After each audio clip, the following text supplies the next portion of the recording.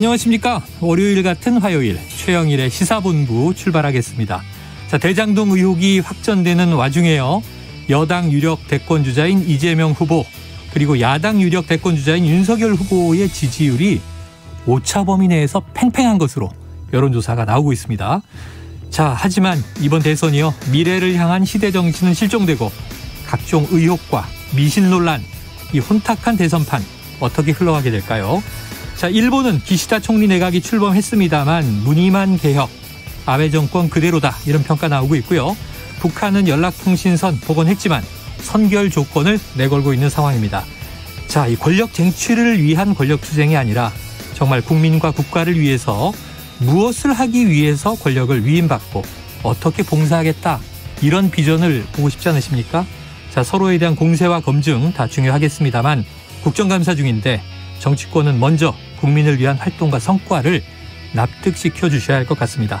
자, 그런 청취자들의 요구를 담아 최영일의 시사본부 출발합니다.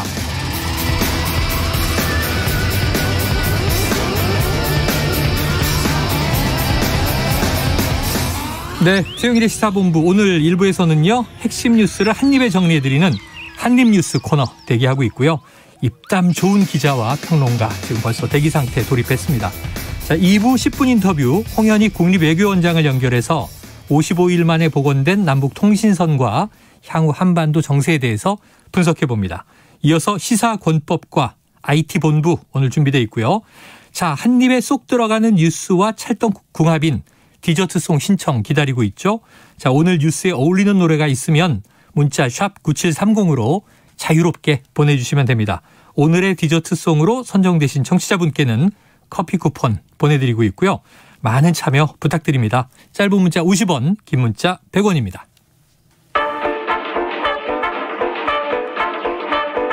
최영일의 시사본부 한입뉴스. 네, 매일 불만이죠. 한입에 정리되지 않는데 한입에 정리해라. 한입뉴스 오늘도 시작합니다. 박정호 오마이뉴스 기자, 오창석 시사평론가 함께하고 계십니다. 어서 오세요. 안녕하세요. 안녕하십니까. 오평론가님, 뉴스가 너무 커. 한 입에 안 들어가. 그럼 어떻게 하면 돼요? 어쩔 수 없어요. 짜게 한 입으로 나눠야 돼요. 아, 네. 입을 크게 벌리면 됩니다. 네. 자, 첫 번째 이 소식 보죠. 어제부터 계속 이어지고 있는데요. 자, 윤석열 후보 쪽에서 자, 위장당원 의혹을 제기했다. 이게 논란인데 박 기자님 어떤 내용이에요? 그러니까 윤 전 총장이 국민의힘 부산시당에서 한 얘기가 지금 논란이 되고 있는데요. 국민의힘 후보에 투표하지 않을 민주당 지지자가 국민의힘 당원으로 많이 가입했다는 얘기가 있다. 실제로 추측할 만한 강한 의혹이다라고 위장당원 의혹을 제기를 했습니다. 네. 그러니까 최근 넉 달 사이에 국민의힘 당원이 26만 명, 27만 명 넘게 증가를 했거든요. 네. 여기에 자신을 떨어뜨리기 위한 민주당 측 사람들이 상당수 포함됐을 거다. 이런 주장을 펼친 거예요. 그러니까 이 역선택을 노리고 입당한 민주당 성향의 당원들 때문에 아무래도 경쟁자 홍준표 의원의 지지율이 상승세라고 보고 있는 게 아니냐 이런 해석이 나오고 있습니다. 그래요. 이랬더니 다른 주자들이 가만히 있을 수가 없는 상황이죠. 이거는 네. 기분도 나쁘고. 그렇죠. 네. 그래서 여기에 대해서 유승민 전 의원 SNS 통해서 뭐라고 했냐면 아니 이준석 대표 당선 이후에 2030 세대 신규 당원들이 많이 늘어났는데 그럼 이분들이 다 위장당원이란 말이냐. 증거가 있으면 당장 내놓고 없으면 당원들에게 네. 사과하기 바란다. 이렇게 얘기했고 홍준표 의원 캠프도 이거 당원 모독이다. 이거는 엄중 경고를 당 지도부가 해야 된다라고 얘기를 했고요. 최재형 전 감사원장 측도 지지율 급락을 남 탓으로 돌리냐. 또 원희룡 전 제주지사는 아니 윤 후보도 최근에 입당하지 않았냐. 그러면 윤 후보는 위장 후보인가. 이렇게 반문을 또 했습니다. 네네. 그러니까 이 경선 초반에 벌어졌던 이 역선택 방지 둘러싼 갈등. 예, 경선 룰 싸움이 그렇습니다. 심했죠. 그게 있었는데 이번에는 위장당원 논란으로 다시 좀 불거진 모습이에요. 이렇게 되자 이준석 대표는 선거인단 명부 해석에 좀 윤 전 총장 측에 오해가 있었던 것 같다. 오류가 있었던 것 같다. 이렇게 진화에 나섰지만 어쨌든 당 대권 주자가 당원들을 겨냥한 이런 발언했다는 것 이건 좀 심각한 거 아니냐 지적이 나오고 있습니다. 네, 이런 이야기가 네. 결국은 이제 말이 뱉어지면 네. 수습이 안 되잖아요. 그렇죠. 왜냐면 이제 생각이 드러난 거잖아요. 표현으로. 네. 네. 그런데 이게 당원들에 대해서 위장당원이 많다더라. 그럼 어느 정도인지 조사가 될 수 있는 것 같지도 않고. 조사할 수가 이거 어떻게 수습해야 됩니까? 이거 지금 해명을 네. 결과적으로는 이제 똘똘 뭉쳐야 한다는 말씀을 드린 것이다. 해명은 예, 이렇게 얘기를 했거든요. 네, 해명을 내놨습니다. 윤 전 총장이. 예를 들어서 윤 전 총장이 6월 29일에 정치 선언하고 대선 후보 등록하고 지금까지 오면서 특별하게 말실수나 실점이 없었는데 지지율이 엎치락뒤치락 한다면 억울할 수 있어요. 그럼 진짜 충분히 의심해 볼 수가 있습니다. 근데 일반 국민들이 봤을 때는 충분히 의심할 만한 실수들이 많았습니다. 그러니까 평상시에 대한민국을 어떻게 바라보는지에 대한 실수들이 너무 많았어요. 뭐 최근에 문과, 인문과 배울 필요 없다라든지 주 120시간이라든지 손발 노동이라든지 아프리카라든지 여러 단어들이 지금 바로 얘기할 수 있는 것만 해도 몇 가지가 떠오르거든요. 그러니까 이런 실점들이 누적이 됐기 때문에 그래도 정치 오래 했던 사람이 이런 실수는 안 하지 않을까라고 했던 표심이 홍준표 후보한테 넘어간 것일 뿐이지 이걸 민주당 지지자들이 들어가서 여기까지 교란을 시킬 정도의 여유가 있는가 따져보면 아직도 민주당도 그렇죠. 훨씬 피튀기게 싸우고 있습니다. 지금 이제 자기들 코가 석자인데. 네, 민주당 지지자들은 지금 1위 후보, 2위 후보가 뒤집어질 수 있을까 없을까. 1위 후보 측 지지자들은 그럴 일 없다. 2위 후보 측은 대장동 키맨이 이지사다. 이렇게 해서 지금 엄청 피튀기게 싸우고 있어요. 그렇기 때문에 다른 정당에 눈을 돌릴 만큼의 그럴 여유가 없습니다. 그리고 26만 명 중에 적어도 한 10,000명 정도를 의도적으로 넣기 위해서는 어떤 사람의 큰 조직이 동원돼야 돼요. 자발적으로 한두 명이 장난처럼 들어갈 수 있을지 모르겠지만 적어도 표심에 영향을 준 26분의 1 정도, 10,000명 정도라도 할 수 있다면 그건 진짜 큰 조직이거든요. 그렇죠. 10,000명이라는 단위가 적은 숫자가 아닙니다. 그런데 그 정도까지 동원할 수 있을까? 민주당 후보 측에서 또는 민주당 전체 정당 차원에서 그건 거의 불가능한 얘기죠. 그렇기 때문에 윤석열 캠프에서 사실은 하지 않아도 될 말을 했다는 것은 결과적으로 왜 했을까? 지금 표심이 홍준표 후보 쪽으로 많이 쏠리고 있다는 걸 감지하고 있다는 겁니다. 네. 왜냐하면 공표할 수는 없겠지만 내부적으로는 각 캠프별로 해당 지역마다 내가 어떠한 득표율을 보이고 있는지를 시험해 보거든요. 늘 조사를 합니다. 그러면은 거기서 약간 엎치락뒤치락 하거나 저는 불리한 형국으로 돌아온다고 느낄 경우에 결국 제일 쉽게 하는 것이 상대의 네거티브입니다. 상대의 네거티브라든지 이런 것들을 하는 건데 지금 보면 윤캠에서는 아마 지지율이 원하는 만큼 나오지 않다라고도 한번 저는 반대로 생각해 볼 수도 있다고 봅니다. 그래요. 그렇게 또 이제 분석할 수 있겠군요. 그런데 이 걱정이 뭐냐면 자, 뭐 민주당도 그렇고 국민의힘도 그렇지만 국민선거인단, 국민 여론조사가 다 포함되잖아요. 대권주자. 이번 컷오프가 또 국민의힘에 금요일에 있습니다만. 그런데 이제 이게 당원은 가입한 분들인데 위장 당원이다 하면 적의 첩자가 우리 당원으로 위장에 들어왔다. 그럼 이건 서로 굉장히 불신할 수밖에 없는 상황이 초래되잖아요. 이거는 분열의 조짐인데 왜 이런 무시무시한 얘기를 했을까. 수습되기 참 어려울 것 같다 이런 생각이 듭니다. 네, 뭐 계속해서 이거는 뜨거운 쟁점이 될 것 같아요. 2차 예비경선 때까지 쭉쭉 갈 것 같고 뭐 오늘 오후에 밤에 TV 토론도 있습니다. 마지막 오늘이 TV 토론도 있는데요.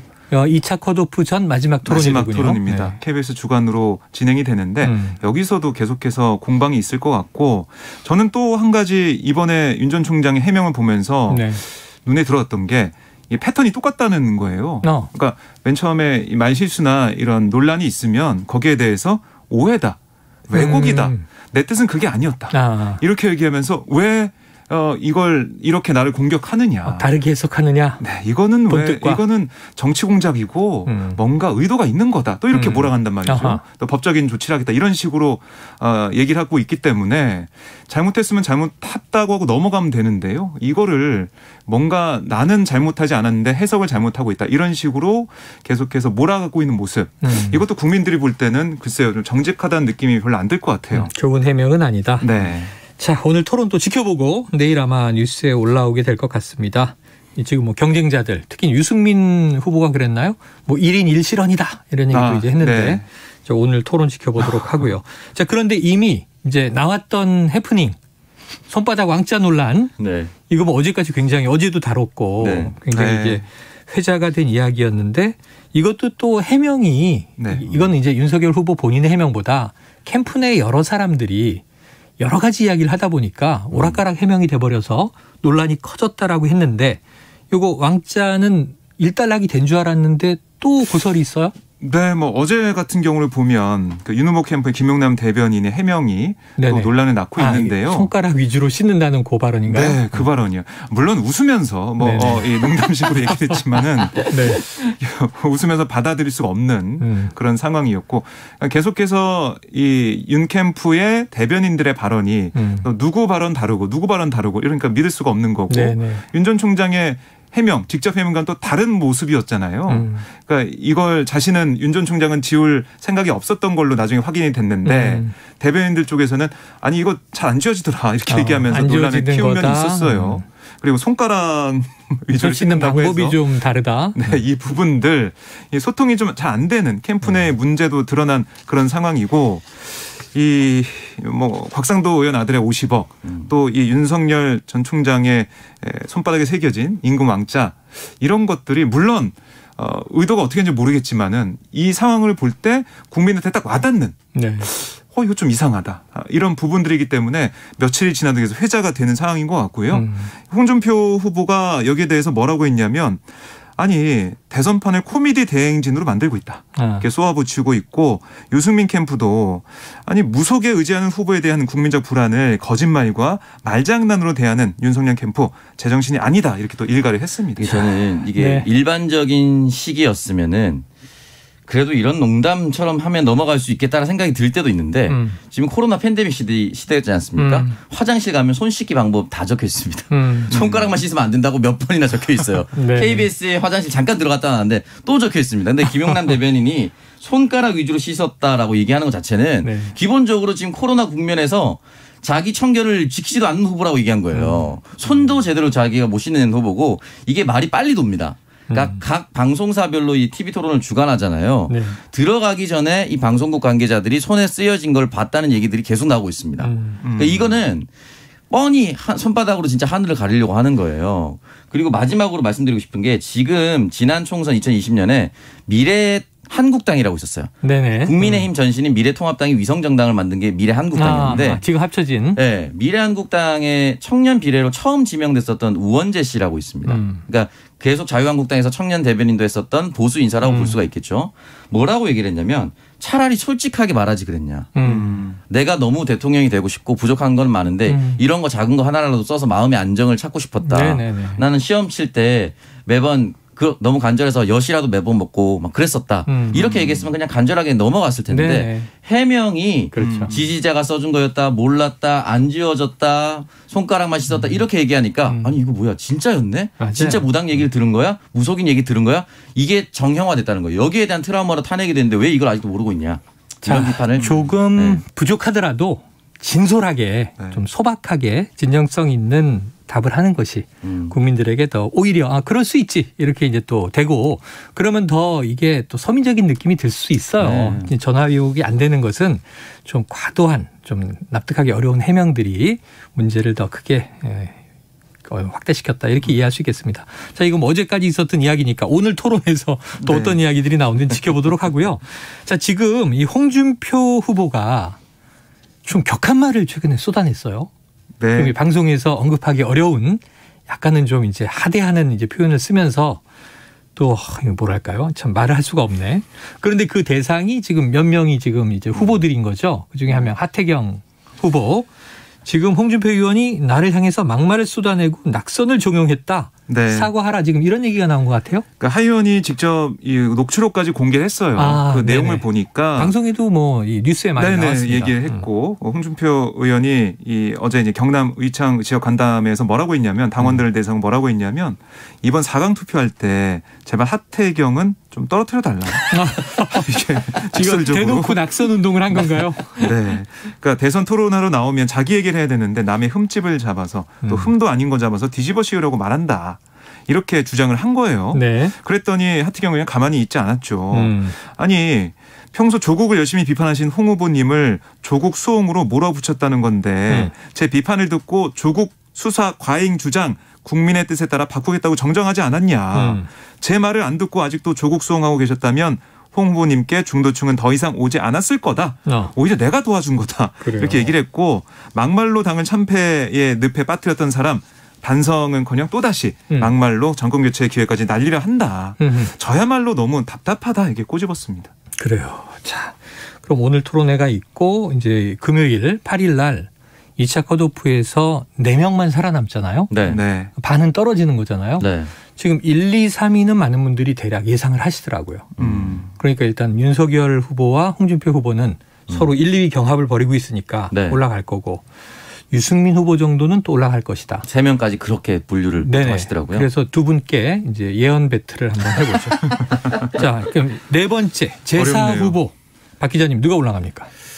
제4 후보에 너무나 치열한 그런 상황인 네. 것 같은데 글쎄요. 제가 볼 때는 그래도 최재형 후보가 좀 그래 표를 좀 받지 않을까 전 생각이 들고요. 감사원장이시고. 네, 왜냐하면 윤석열 전 총장이 지금 여러 가지 구설에 좀 휘말리면서 네네. 불안하다라는 생각하시는 분도 있을 것 같아요. 뭐 그렇다면은 홍준표 의원이 대안으로 꼽힐 수가 있지만 또 한편으로는 문재인 정권을 좀 비판하면서 나온 그 사정기관 수장이었던 최재형 전 감사원장에게도 좀 기회를 주자라는 목소리가 나올 수도 있겠다. 좀 그렇게 생각을 합니다. 사실은 거뜬히 3, 4위를 할 흐름이었는데 예. 8월까지는 그 이후에 조금 많이 좀 이제 주저앉는 모습을 보여서 안타까움이 있죠. 오평론가님도 대략 공감하세요? 네, 저도 그렇게 생각을 하고요. 본인 실점이 워낙 컸기 때문에 이제 이걸 누구한테 뭐라 책임을 전가할 수는 없을 텐데 저는 개인적으로 국민의힘의 경선 흥행을 위해선 원희룡 후보가 올라가는 게 맞다고 봅니다. 최 후보나 황교안 후보는 상대적으로 공약이 굉장히 빈약합니다.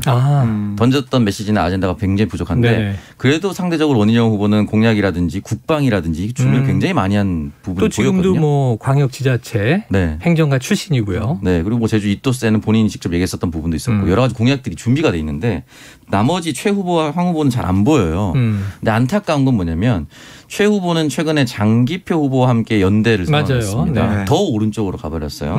황교안 후보도 계속 오른쪽에 머물러 있습니다. 부정선거 주장하고 있죠, 최근에. 그래서 저는 처음에 부정선거만 얘기 안 했으면 황교안 후보가 4위로 갈 거라고 생각했는데 국민의힘 또 내부의 얘기를 들어보니까 오른쪽 잡는 싸움이 시작됐다는 거예요. 그래서 기적적으로 황 후보가 올라갈 수도 있다는 얘기를 지금 계속 또 하고 있습니다. 네. 그래서 저는 황 후보가 올라갈 것 같습니다. 지금 이제 뭐 우리 오창석 평론가의 마음은 원희룡 전 지사 같이 조금은 더 공약이 준비된 네, 그래야죠. 정책이 있는 후보가 올라가길 바라는데 네, 느낌적으로는 황교안 후보가 올라갈 것 같아서 걱정이다. 그렇죠. 네네. 네. 그럼 지금 여기 우리가 지금 다룬 뉴스 하태경 후보 떨어지나요? 제가 볼 때는 좀 인지도 면에서 좀 밀리지 않을까라는 생각이 드는데요. 방송 제일 열심히 하는 정치인인데. 네, 이렇게 또 홍준표 후보가 각을 세우고 있고 또 오늘 또 토론에서 어떻게 하느냐에 따라서 또 다코스가 될 수 있을 것 같습니다. 각을 세움이 또 노이즈 마케팅이 될 수 있으니까 자, 오늘 어떤 상황인지 지켜보도록 하겠습니다. 자, 대장동 뉴스 매일매일 자고 나면 또 나오고 또 나오고 지금 오늘 제가 눈에 띈 헤드라인은요. 이 천화동인 화천대유 안에 1호, 2호, 4호, 3호 쭉 있잖아요. 네. 자, 천화동인 6호 조현성, 남욱 다 얘기하라고 해. 이렇게 이제 인용 보호가 붙어 있는데 자, 먼저 이 우리 대장동 내용은 복잡하잖아요. 이거 팔려면 시간이 한참 걸리니까 교통정보를 좀 먼저 드릴까 싶습니다.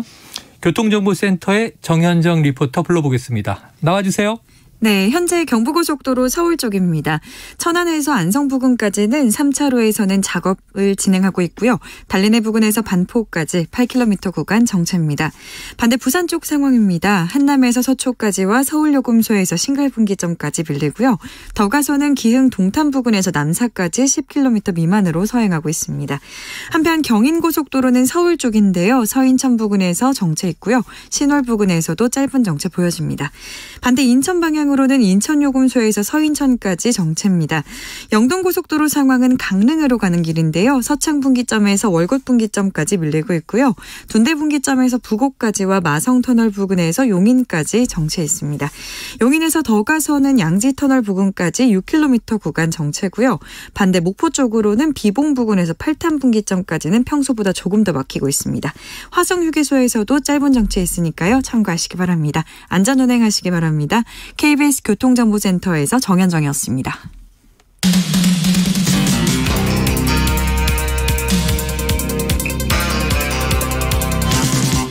최영일의 시사본부. 네, 자, 이 대선판에서 뭐 가장 이 중앙에 떨어진 폭탄이라고 해야 될까요? 지금 대장동 개발 의혹, 이건 뭐 여야 정치인들 이름이 다 나오고 있고요. 또 법조계 인물들도 나오고 있고, 그리고 이제 여야에 다 불리한 뉴스가 연일 교차로 또 나오고 있어서 국민들이 좀 혼란스럽습니다. 매일매일 우리가 정리하고 있습니다만. 근데 아까 교통정보 직전에 제가 읽어드린 게 또 오늘 새로운 좀 헤드라인으로 눈에 띄어서 천화동인 6호의 조현성이란 인물이 저는 이제 처음 들었어요. 조현성은 또 누구야? 이 생각이 들었는데 남욱 변호사, 지금 미국에 가 있다는 남욱 변호사가 다 얘기하라고 했다라고 하면서 뭔가 또 이제 정보를 공개한 것 같아요. 박 기자님이 한번 정리해 주세요. 이건 어떤 내용입니까?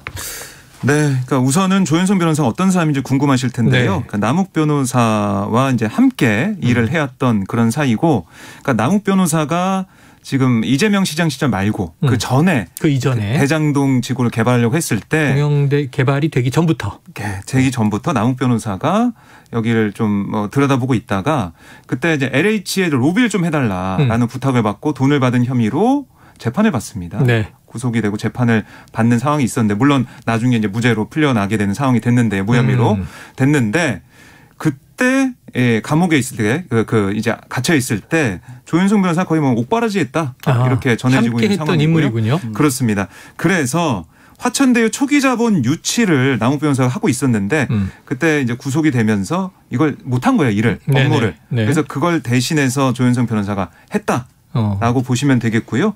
그래서 결국 이런 뭐 대가로 인해서 화천대유 관계자, 그러니까 천화동인 6호 소유로 6호를 통해서 배당을 받았다. 라는 변호사고요. 그래서 남욱 변호사를 향해서 빨리 이제 들어와서 다 솔직하게 얘기하라고 했는데 그럼 좀 어떻게 될지 모르겠고 우선은 그렇게 얘기를 하고 있고 이런 부분은 282억이 어떻게 만들어졌고 이거는 뭔가 부정한 돈이 아니냐 이런 의혹이 있는데 그렇지 않고 다 열심히 내가 일을 해서 이렇게 투자금을 초기 자본 유치를 성공했기 때문에 이렇게 돈을 배당을 받은 거다. 이렇게 주장을 또 하고 있습니다. 그러면 이 조현성 변호사라는 인물이 관련 내용을 보니까 내가 키넨파트너스의 투자금을 그렇습니다. 끌어왔다 이렇게 얘기한 인물이죠. 네. 그리고 이제 그걸 통해서 200억대가 넘는 배당을 받았는데 그것은 내가 합당하게 받아야 되는 합법적인 성과다. 네. 문제없다. 282억 원입니다. 네. 그리고 수익이. 이제 김만배 최대 주주와는 나는 연락도 별로 최근에 주고받지 않았다 이런 얘기를 했죠. 네. 뭐 그럼 일단은 그러면서 남욱 변호사는 이 자신과 주고받은 얘기들 다 그 만배 형이 이런 표현이 등장하더라고요. 그러면서 이제 어떻게 하려고 저러는지 그 일이 어디로 튈지 모르겠다 이런 얘기를 했다는 거죠. 남욱 변호사가. 일단은 이게 어떤 의미를 담고 있는 거예요? 그 영화 예전에 불한당이라고 설경구씨 임시완 씨 나온 드라마 영화가 있습니다. 그럼 몇 년도죠? 한 5, 6년 정도 된 것 같은데 정확히 연도 기억 안 나는데 거기에 설경구 씨가 사람을 믿지 말고 상황을 믿어야지라는 얘기를 해요. 아하. 그럼 지금은 각자 사람을 믿을 수는 없는데 상황상 사건이 터졌는데 남욱 변호사는 한국에 없다. 상황상 조금 미심적인 부분이 있는 거죠.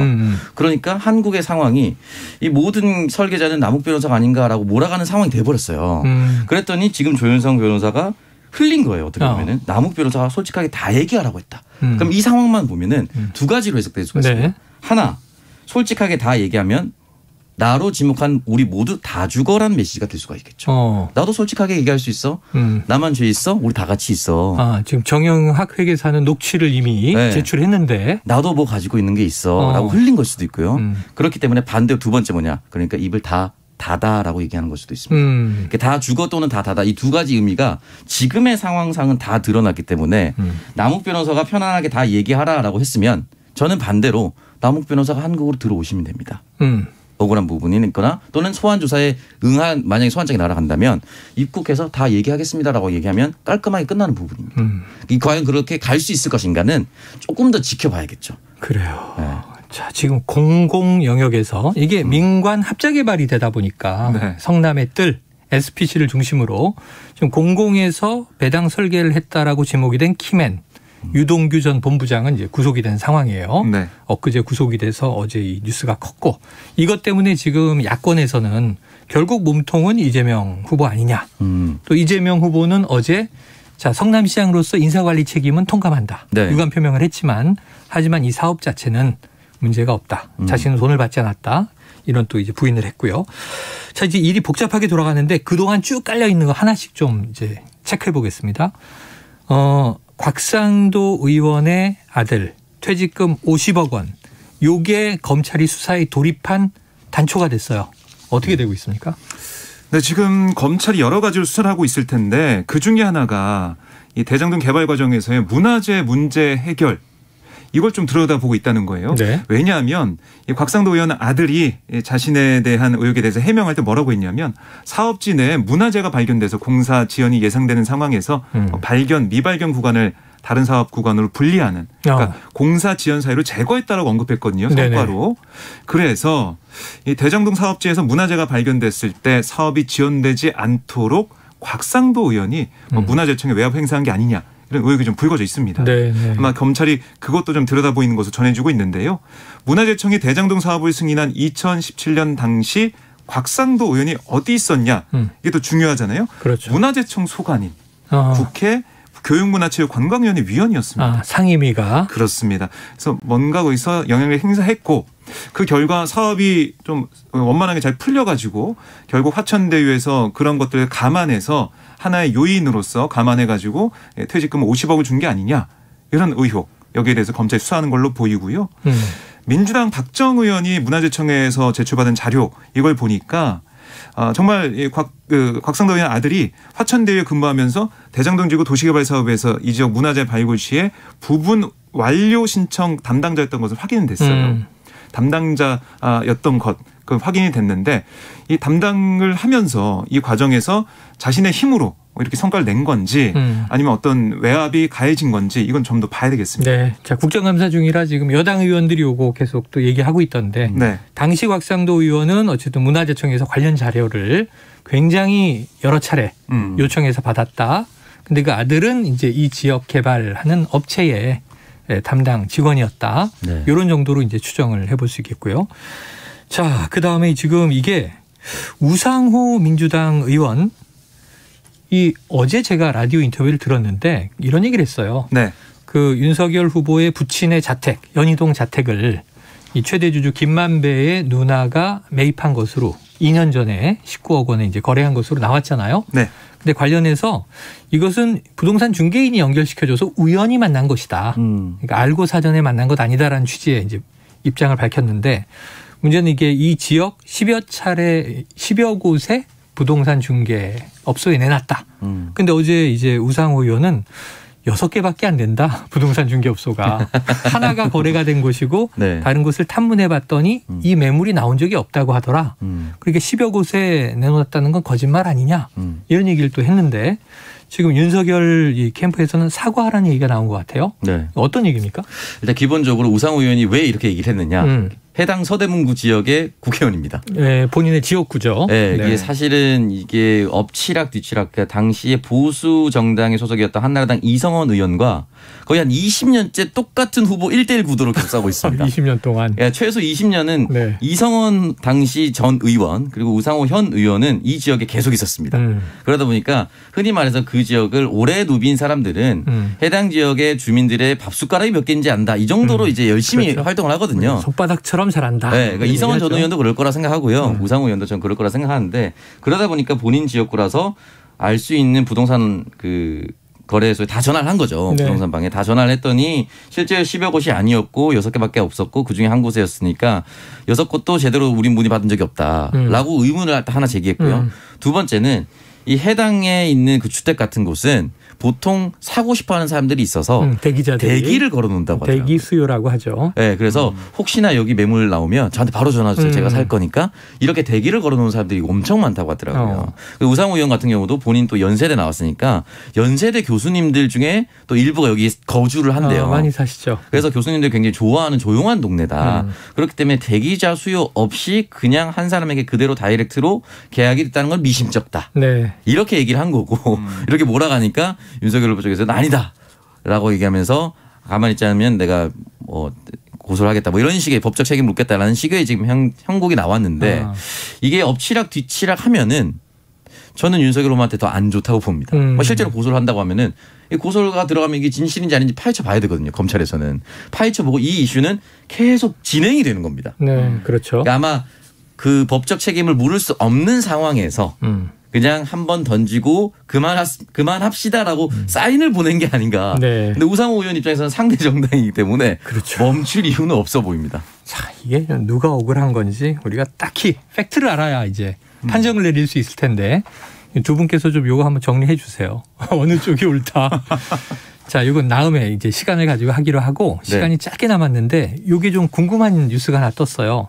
스타벅스 우리가 잘 아는 이제 커피 프랜차이즈입니다. 네. 굉장히 이제 도심 곳곳 많은 곳에 있는데 트럭 시위를 예고했다. 누가 왜? 이게 제가 준비한 건데요. 네. 스타벅스가 가끔씩 판촉 행사를 합니다. 뭐 스타벅스 다이어리. 팬들이 많아서 엄청나요. 네, 가방, 랜턴 등등인데 최근에 했었던 건 바캉스용품 뭐 네, 리유저블 데이라고 해서 다회용 컵을 이제 판촉한 행사가 있었어요. 네. 그러니까 다회용 컵이 이제 흔히 말해서 친환경 데이로 지정을 해서 일회용 쓰지 말고요. 네. 다회용 씁시다 했는데 이게 첫 번째 문제는 다회용이 20여 회 쓰면 폐기해야 된다라고 권고한 거라서 네. 실제로 다회용은 아니었다. 그 일반적으로 이 텀블러 같은 거랑 다른 건가 봐요. 좀 달라요. 플라스틱으로 제작해서. 네네. 근데 중요한 거는 이거를 얻기 위해서 음료를 개인이 8잔에서 10잔 시켜놓고 네. 그냥 가버리시는 분도 있고요. 그거를 얻기 위해서. 네. 안 들고 가시는 분들도 있고 스타벅스 앱에는 8,000명이 대기를 하는 상황도 있었고요. 한 매장에서는 650잔이 대기하는 상황도 있었어요. 그런데 아무런 다른 보상도 없이 이렇게만 진행을 하니까 노동의 강도가 너무 심하다. 그렇지. 적당히 해달라라고 해서 스타벅스 직원들이 이렇게 각 지역별 매장에서 돈을 보내서 우리 대신에 시위해 주세요라고 지금 돈을 모금했는데 돈이 되게 빨리 모으고 있나 봐요. 그래서 트럭 시위에 나서겠다라고 한 게 현 상황입니다. 스타벅스의 직원들이 예. 프로모션 행사가 직원들에게 너무 노동 강도가 갑자기 세게 몰린다. 네. 여기에 이제 저항을 하는 반대 시위를 모금을 해서 하는 것이다. 그게 트럭 시위다. 이렇게 얘기를 했습니다. 자, 이해가 되네요. 우리가 노동 환경에 대한 문제도 들여다봐야 되는데 지금 대선이 민생 문제 해결하려고 대통령 뽑는 건데 정말 이 그러니까 이슈들이 정책 얘기를 해야 되는데 정책 대결이나 민생 이슈는 얘기하고. 없고 왕자 얘기하고 우리나라에는 왕도 없는데. 네. 자, 박정호 기자도 이 뉴스 같이 뽑으셨다면서요? 네. 저도 이거 보면서 사실 뭐 종종 가는 곳이기 때문에 일하는 모습 보게 되거든요. 그러니까 이게 650명이나 그러니까 650잔을 만드는 상황도 있었다는 거 아니겠습니까? 네네. 근데 여기는 뭐 배를 안 줘요. 진동배를 안 줘요. 네. 음료나 만들어줄 때 진동벨이 울려서 가져가는 게 아니라 이름을 부릅니다. 닉네임이나 아니면은 A 몇 번 손님 이렇게 부르거든요. 650번 불렀으면 정말 목이 아팠겠다 생각도 들고 그랬겠네요. 이런 이 노동 환경이 참 안 좋은데 사실 이 스타벅스라는 이 곳이 어떻게 보면은 직원들의 복리후생을 잘 책임지고 이런 걸 자랑해 왔거든요. 그렇죠. 이걸 자랑하면서 사람들한테 좀 우리 잘하고 있다 이렇게 얘기를 했었는데 이 부분 경무에 시달리는 이 직원들의 이런 문제는 어떻게 해결할지 좀 봐야겠습니다. 그래요. 손님도 왕이겠지만 우리 직원들도 인간이다. 이걸 함께 명심해야 될 것 같습니다. 자, 오늘 한입뉴스 역시 박정호 한입뉴스 기자, 오창석 평론가 두 분 해석 그리고 논평 잘 들었습니다. 고맙습니다. 감사합니다. 고맙습니다. 네, 자 디저트송 발표 드릴게요. 4779님 우리 청취자 본부장님 중에 멋진 신청곡을 주셨는데요. 저도 너무 좋아하는 빌리 조엘의 어니스티. 이게 어떤 솔직함, 정직함. 자, 실수나 잘못이 있을 땐 구차한 변명보다 솔직하고 정직한 게 더 멋있다는 걸 정치인들은 왜 모를까요? 허점이 있어도 정말 솔직하게 자기를 드러낼 때 감동이 오는 것 같아요. 우리 정치인들이 너무 완벽하려고 자꾸 가면을 쓰려고 하는 거 아닌가 하는 생각도 듭니다. 자, 4779님 커피 쿠폰 전해드리면서 빌리 조엘의 어네스티 듣고요. 저는 2부로 돌아오겠습니다.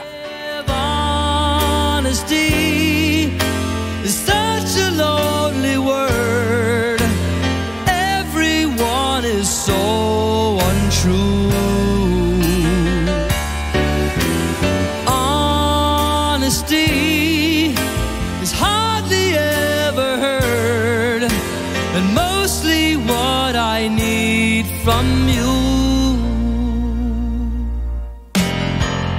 I can always find someone to say they sympathize if I wear my heart out on my sleeve.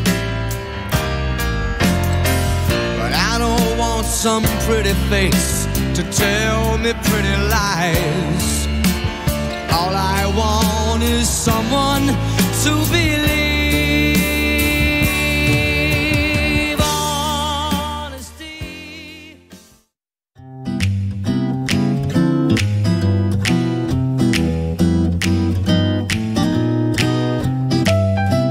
안녕하세요. 바른말 고운말입니다. 우리 생활 속에서 많은 광고를 볼 수 있는데요. 광고의 최대 목적은 제품을 널리 알려서 소비자들이 그 제품을 구매할 수 있게 만드는 것이겠죠. 광고를 통해 이어지는 건전한 소비는 국가 경제를 살릴 수도 있지만 또 지나친 소비가 과소비로 이어지면 경제를 과열시킬 수도 있습니다. 이처럼 남을 이리저리 들쑤셔서 무언가 하게 만든다고 할 때 동사 부추기다와 부추키다 이 두 가지를 모두 쓰곤 하는데요. 이 중에서 어느 것이 맞는 표현일까요? 이 경우에는 부추기다가 맞습니다. 부추기다를 부추키다로 잘못 발음하는 것은 아마도 둘째 음절 추가 거센 소리이기 때문에 그 영향으로 그 뒤에 오는 소리도 거센 소리로 발음하려는 데에서 그 원인을 찾을 수 있을 것 같습니다. 이와 같은 현상은 외래어에서도 종종 나타납니다. 포르투갈, 쿠테타, 타켓 이렇게 발음할 수도 있는데요. 이것들은 각각 포르투갈, 쿠데타, 타깃이 올바른 발음입니다. 또 이와는 달리 거센 소리가 날 환경이 아닌데도 거센 소리로 발음하는 것들이 있지요. 깨끗이 닦으세요. 잘 씻어서 드세요. 기억이 뚜렷이 남아있어요. 모두가 잘못된 발음입니다. 이런 경우에는 거센 소리로 발음하지 않고 각각 깨끗이, 씻어서, 뚜렷이 이렇게 발음하는 것이 맞습니다. 바른말 고운말 아나운서 변희영이었습니다.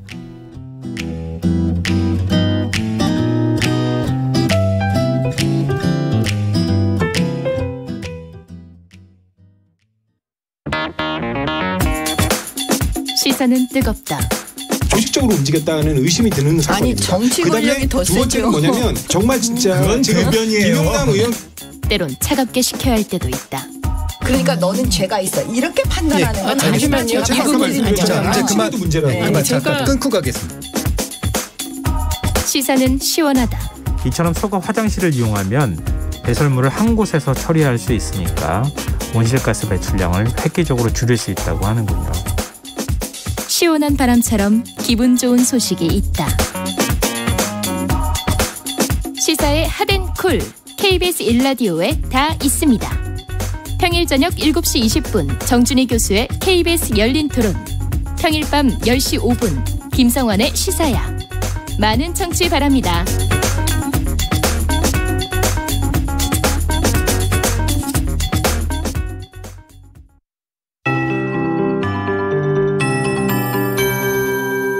KBS 58분 날씨. 며칠째 늦더위가 기승을 부리고 있습니다. 남서쪽에서 고온다습한 공기가 들어오는 데다가 하늘이 맑은 남부지방을 중심으로 기온이 30도 안팎까지 오르면서 여름처럼 더운 곳도 있는데요. 오늘도 남부지방은 대체로 맑고 덥겠습니다. 오늘 예상 낮 최고 기온이 광주와 대구 29도, 대전, 부산, 제주 28도, 서울 25도, 강릉 23도 등을 보일 전망입니다. 중부지방은 흐린 가운데 곳곳에 비가 내려 기온의 오름세가 더디겠는데요. 지금 비는 경기 북부와 강원 북부를 중심으로 내리고 있습니다. 비가 차츰 수도권과 그 밖에 강원도로 확대되겠지만 낮 동안은 소강 상태를 보이는 곳이 많겠습니다. 밤에는 경북 북부 동해안에도 비가 오는 곳이 있겠고 내일은 수도권과 강원도 그리고 동해안 지역에 산발적으로 비가 내릴 전망입니다. 제주도도 오늘 가끔 비가 오는 곳이 있겠습니다. 내일까지 예상 강수량은 경기 북동부와 강원 중북부는 20에서 많은 곳은 100mm 이상이 되겠고요. 강원 남부와 경북 동해안은 10에서 40mm, 수도권과 충청 북부, 경북 북부 내륙과 경남 동해안, 제주도는 5에서 20mm 정도가 되겠습니다. 현재 서울의 기온은 25.7도, 습도는 69%입니다. KBS 58분 날씨 송소진입니다.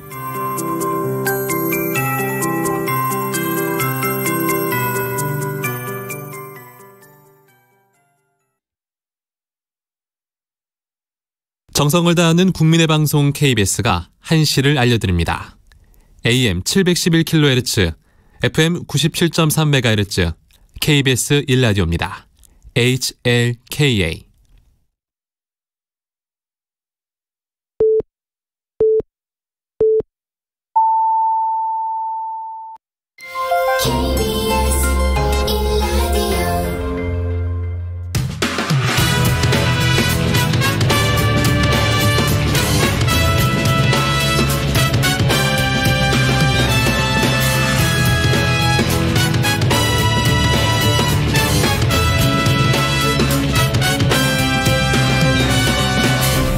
KBS 1라디오 최영일의 시사본부.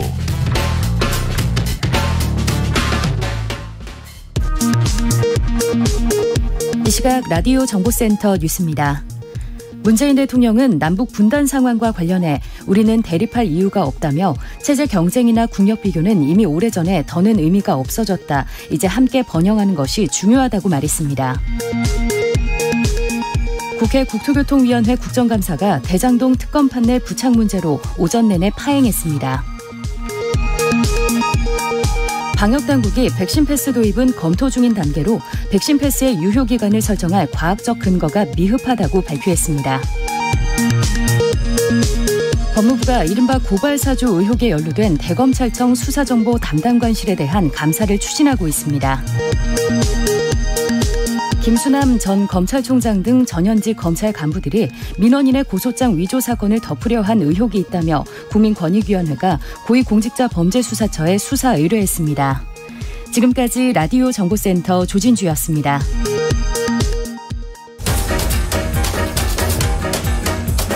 최영일의 시사본부 10분 인터뷰. 네, 단 10분 동안 이슈의 핵심을 10분 짚어드리는 10분 인터뷰 시간입니다. 남북 연락통신선이 두절된 지 55일 만에 복원이 됐는데요. 자, 문 대통령의 유엔 총회에서의 연설이죠. 종전선언 제안 이후에 북한이 적극적으로 대화에 나서고 있는 것 아니냐 하는 관측입니다. 자, 앞으로의 남북관계 또 북미관계 어떻게 흘러갈지, 또 우리 정부는 어떤 외교 전략으로 대응을 해야 할지 홍현익 국립외교원장을 전화로 연결해서 10분 인터뷰 나눠보겠습니다. 원장님 안녕하세요. 네, 안녕하십니까. 네, 벌써 축하드린 지가 한 2달 정도 지난 것 같아요. 네. 어떻게 지내고 계십니까? 네, 전문가 때보다 훨씬 더 책임감을 느끼고요. 네. 좀 더 진중하게, 더 임해야 되겠다, 이렇게 생각합니다. 네. 자, 외교원장도 어깨가 무거우실 텐데, 제가 이 시사본부 진행을 맡았거든요. 네, 축하드립니다. 네, 그래서 원장님 이제 외교본부장이 되실 가능성이 높습니다.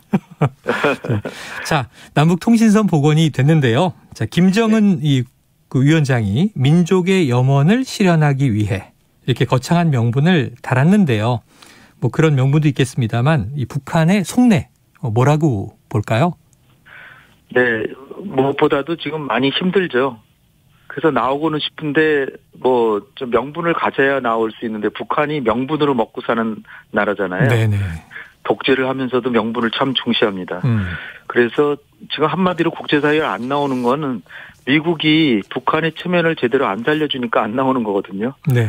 그러니까 좀 체면을 차리고 좀 밖으로 나가서 제재도 좀 풀고 경제도 좀 살리고 해야 되겠는데 돌파구가 쉽지가 않은 거죠. 그래서 미국이 아주 단호하게 조건 없는 대화만 얘기하지 구체적인 내용을 일체히 하니까 아무리 두드려야 소용없겠다. 그렇게 싶어서 일단 2018년을 생각하면서 그때도 이제 남북 관계 평창 올림픽부터 오는 것부터 시작해서 판문점 정상회담, 싱가포르 북미 정상회담 쭉 갔잖아요. 네네. 지금도 남북 관계는 우리 정부는 계속해서 네.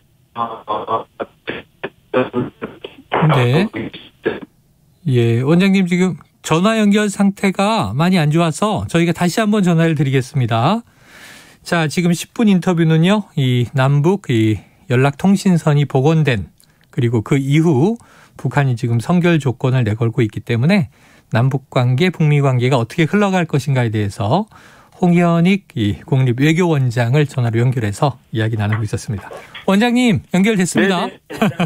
네, 잠깐 이제 소리가 불안정했어요. 말씀하세요. 네. 북미 관계 개선이 어려우니까 남북 관계부터 해서 2018년처럼 평창도 오고 판문점 정상회담, 싱가포르 북미 정상회담 이렇게 갔던 기억이 있잖아요. 네네. 그래서 남북 관계를 먼저 하는 거는 쉽기 때문에 우리 정부로 하여금 미국을 좀 설득해서 북한이 바라는 제재 완화 같은 걸 좀 얻는다면 남북 관계뿐 아니라 북미 관계도 하겠다. 뭐 이런 보관으로 나오는 거고 이런 상황에서 남북의 관계 개선에 대해서 미국이 볼멘 소리를 한다든지 그러면 한미 관계가 이간될 수도 있으니까 그 뭐 손해 볼 거 없다 그거죠. 네. 그런 심산으로 나오는 게 아닌가 봅니다. 알겠습니다. 남북 관계를 먼저 복원하면서 북미 관계까지 가기 위한 포석을 깔고 있는 것이다. 이렇게 분석해 주셨습니다. 네. 자, 이게 이 4월부터 문 대통령과 이 김정은 위원장 사이에 친서가 오갔다는 얘기를 청와대가 발표하면서 7월 27일에 이 1년여 동안 끊겼던 연락통신선이 복원됐잖아요. 네. 근데 한미연합훈련 때문에 북한이 다시 8월 10일에 끊었고 55일 만에 다시 복원이 됐는데 10월 초라구만 이 김 위원장이 얘기했는데 10월 4일 마침 노무현 전 대통령과 김정일 위원장이 2007년 14 남북공동성명 발표한 날 복원을 했습니다. 이거는 날짜를 고른 의도가 있는 거겠죠? 뭐 그렇다기보다 이제 이제 휴일이 또 우리 개천절이고 하니까 네네. 월요일 날 뭐 개통한다고 이제 볼 수 있는데 이 차제에 그 14년 전 14 남북 공동선언 생각해 보면요. 네네. 노무현 대통령 말기에 사실은 그 전에 부시 행정부가 너무나 대북 강경 기조와 체제 전환, 뭐 체제를 붕괴시키겠다 막 이렇게 네네. 대북 강경 기조를 해서 이게 북미 관계가 안 되다가 사실은 이제 그 준비국 중간 선거에서 민주당이 이겨서 네오콘들을 숙청하고 그리고 이제 북미 대화로 나와서 그때 겨우 북미 관계가 되니까 남북 관계가 열려서 10월 4일 날 남북 정상회담이 되고 공동선언이 된 건데 네. 당시에 보수 진영에서는 이거 뭐 임기 말에 왜 이렇게 막 그 진도를 나가냐 이거는 뭐 말도 안 된다 막 그랬는데요. 네. 제가 지금 또다시 좀 비슷한 상황이 또 될 수도 있잖아요. 그렇죠. 그래서 말씀드리는 건데 독일이 1993년에 통일이 그 유엔에 동서독이 가입하고 73년에 가입하고 90년에 통일이 됐으니까 네. 17년 만에 통일이 됐잖아요. 근데 우리는 1991년에 유엔에 남북한 동시 가입하고 30년이 지났는데 그렇죠. 네. 그 제자리란 말이에요. 그 이유가 독일의 마지막 총리인 콜 총리가 보수 정부인데도 그 브란트의 동방정책 기조를 거의 그대로 했거든요. 네. 그러니까 화해협력 기조를 20년 계속하니까 통일이 되더라.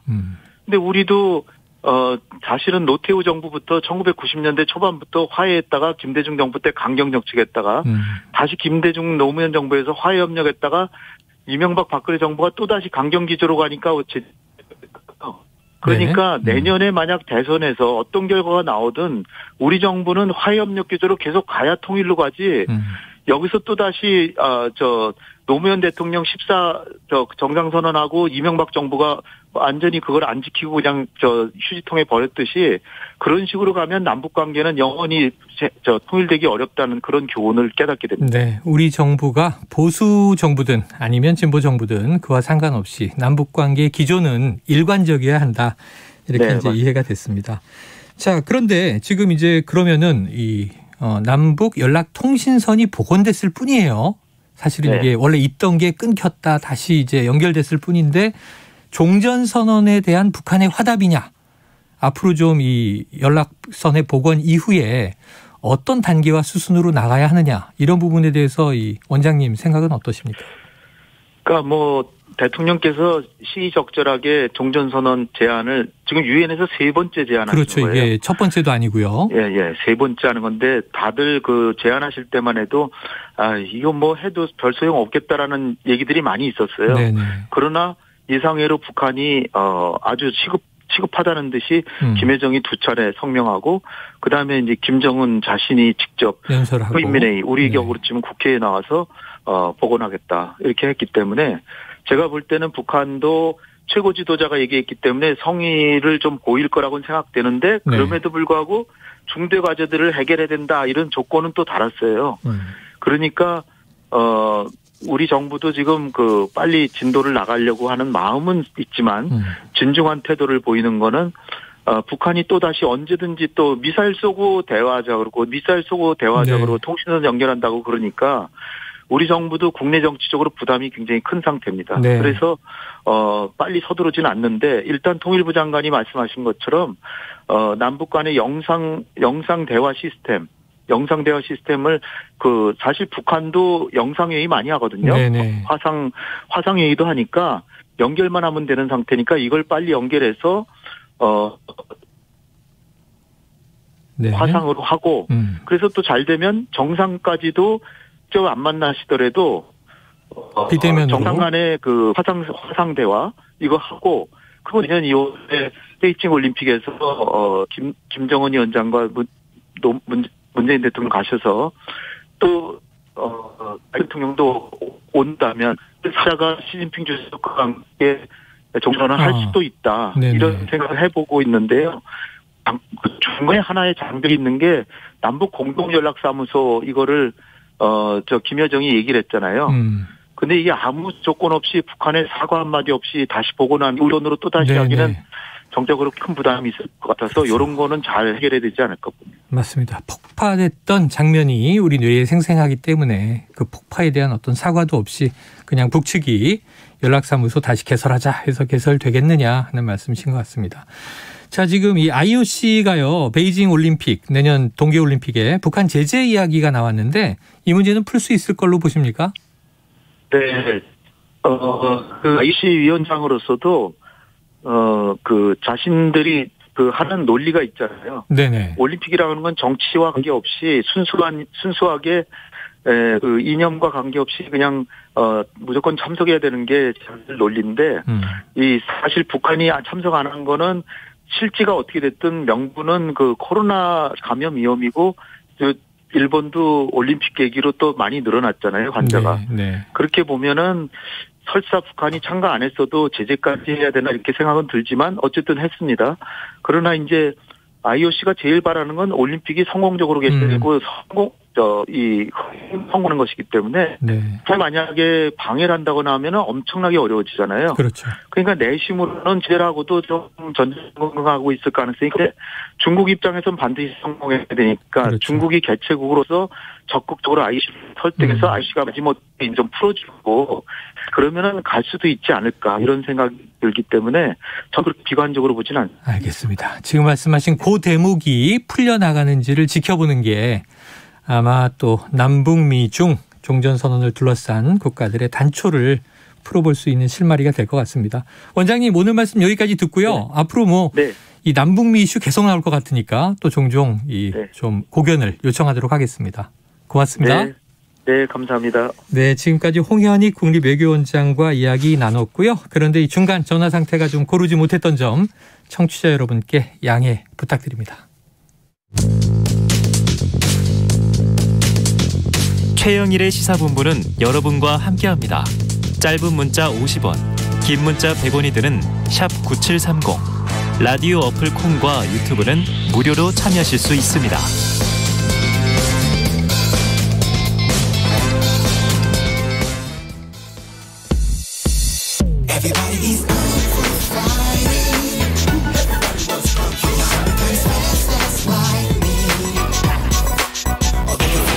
네, 매주 화요일 기자와 변호사가 만드는 시사권법 코너가 두 번째로 돌아왔습니다.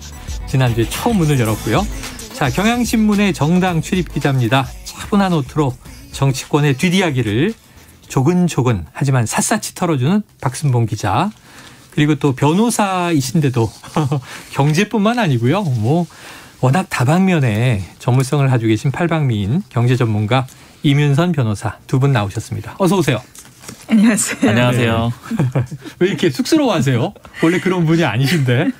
여기 원고에 원래 있던 비디오와 오디오를 왜 빼셨나 저는 그 생각을. 지난주에 들어있던. 네.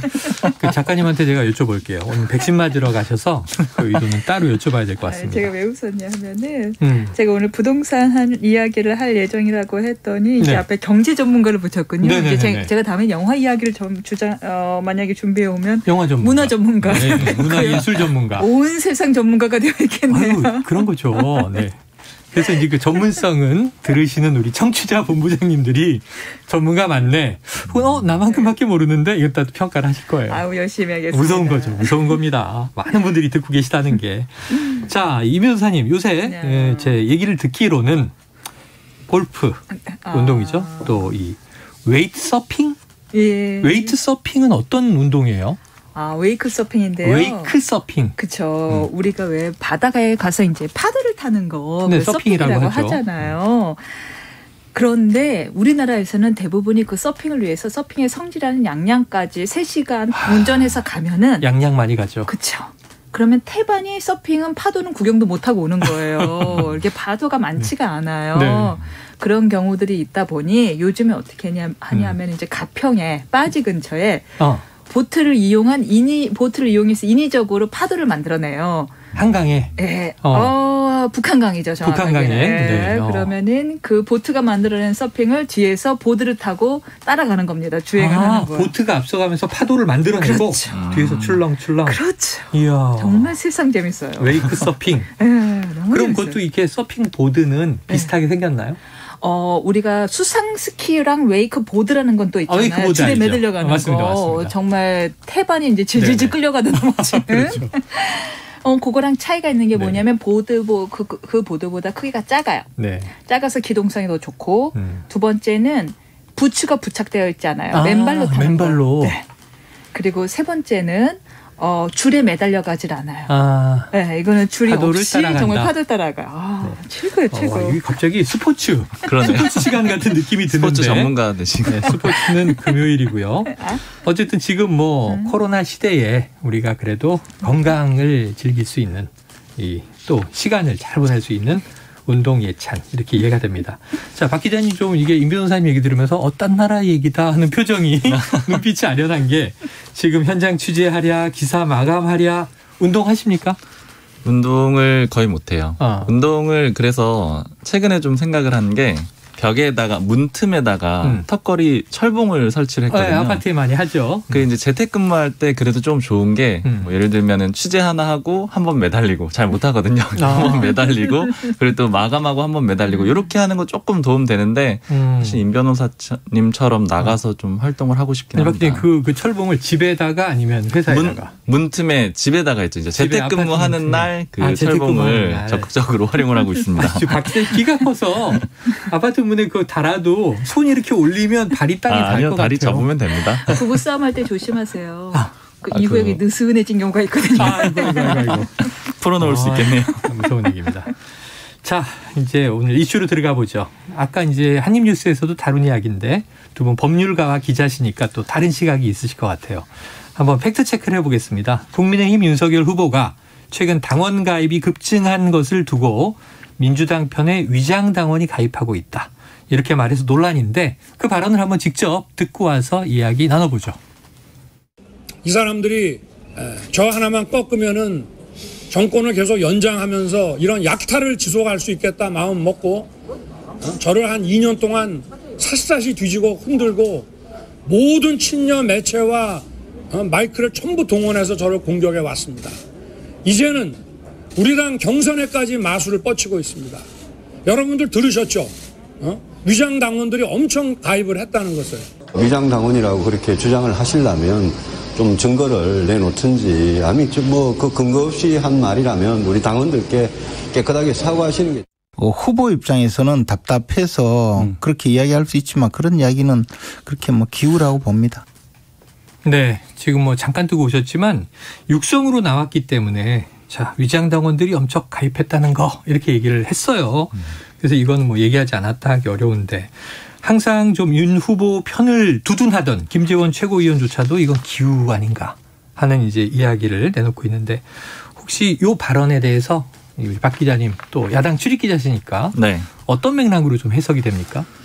사실은 저는 조금 이게 위험한 얘기를 던진 것 같다 이렇게 좀 생각이 드는 게 크게 두 가지의 문제가 있어요. 네. 일단은 위장당원이라고 얘기를 한다면 결국은 어떤 문제가 터졌을 때 근거를 대야 되는 쪽과 뭐 해명을 해야 되는 쪽 이렇게 있을 수가 있는데 이건 근거를 윤석열 전 총장 쪽에서 내야 되는 그런 문제거든요. 그러니까 그러다 보니까 아무래도 발언에 좀 책임을 져야 되는 그런 상황이 됐고 그리고 두 번째는 예전에 소위 투스톤 대전이라고 해가지고 윤석열 전 총장하고 이준석 대표의 관계가 별로 네. 좋지 않았잖아요. 경준이 시절이죠. 네, 그 여파가 아직도 있고 사실 윤석열 캠프나 아니면 이준석 대표 쪽에서도 이렇게 분석을 하기로는 지금 2030 좀 젊은 남성들이 윤석열 전 총장한테 안 가고 홍준표 의원한테 상당히 지지층이 갔거든요. 이렇게 됐던 이유 중에 하나를 바로 이 당시에 투스톤 대전의 결과 여파라고 보고도 있거든요. 네. 근데 이런 상황에서 이 당원을 많이 모았다라는 걸 최대치적으로 얘기하고 있는 이준석 대표하고 또 반대되는 얘기를 한 거예요. 그러니까 이준석 대표는 계속해서 그걸 강조하고 있거든요.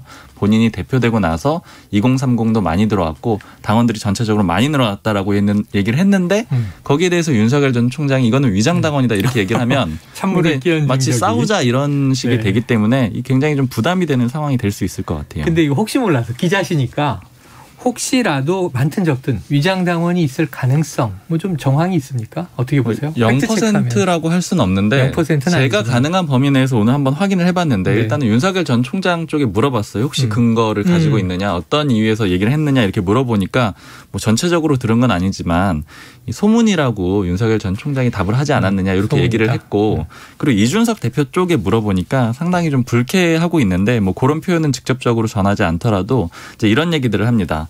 자신 이제 이준석 대표 쪽에서는 근거를 갖고 있다 그래요. 처음에 6월, 7월 이준석 대표가 전당대회에서 당선이 되고 뭐 돌풍을 일으켰던 이런 과정에는 10대, 20대, 30대 당원들이 많이 입당을 했다라고 합니다. 네. 그리고 그다음에 7월, 8월에도 또 많이 들어왔는데 그때는 40대, 50대가 많이 들어왔대요. 이거는 아무래도 자기들이 분석할 때는 6월, 7월은 이준석 대표의 효과가 좀 있었고 그다음에 7월, 8월에는 윤석열 전 총장하고 최재형 전 감사원장이 입당하는 그런 시기거든요. 네. 그러니까 아마 당원들을 좀 끌고 온 것 같다 이렇게 분석을 하고 있고요. 그리고 당원 배가 운동이라고 해서 뭐 쉽게 말해서 당원 모집 운동 같은 걸 했거든요. 그때마다 들어왔는데 결국 무슨 얘기를 하냐면 토론회가 있거나 아니면 당원 배가 운동을 하거나 이럴 때마다 맞춰서 그 시기 때마다 당원이 더 늘어났다라는 거예요. 그러니까 그때 어떤 이벤트가 있을 때마다 늘어났기 때문에 만약에 좀 이상한 그러니까 어떤 이거는 역선택을 노리고 하는 그런 당원 가입이라는 거잖아요. 네. 그런 움직임이 있으면 충분히 발견을 할 수가 있는데 그런 흐름이 없었다라는 겁니다.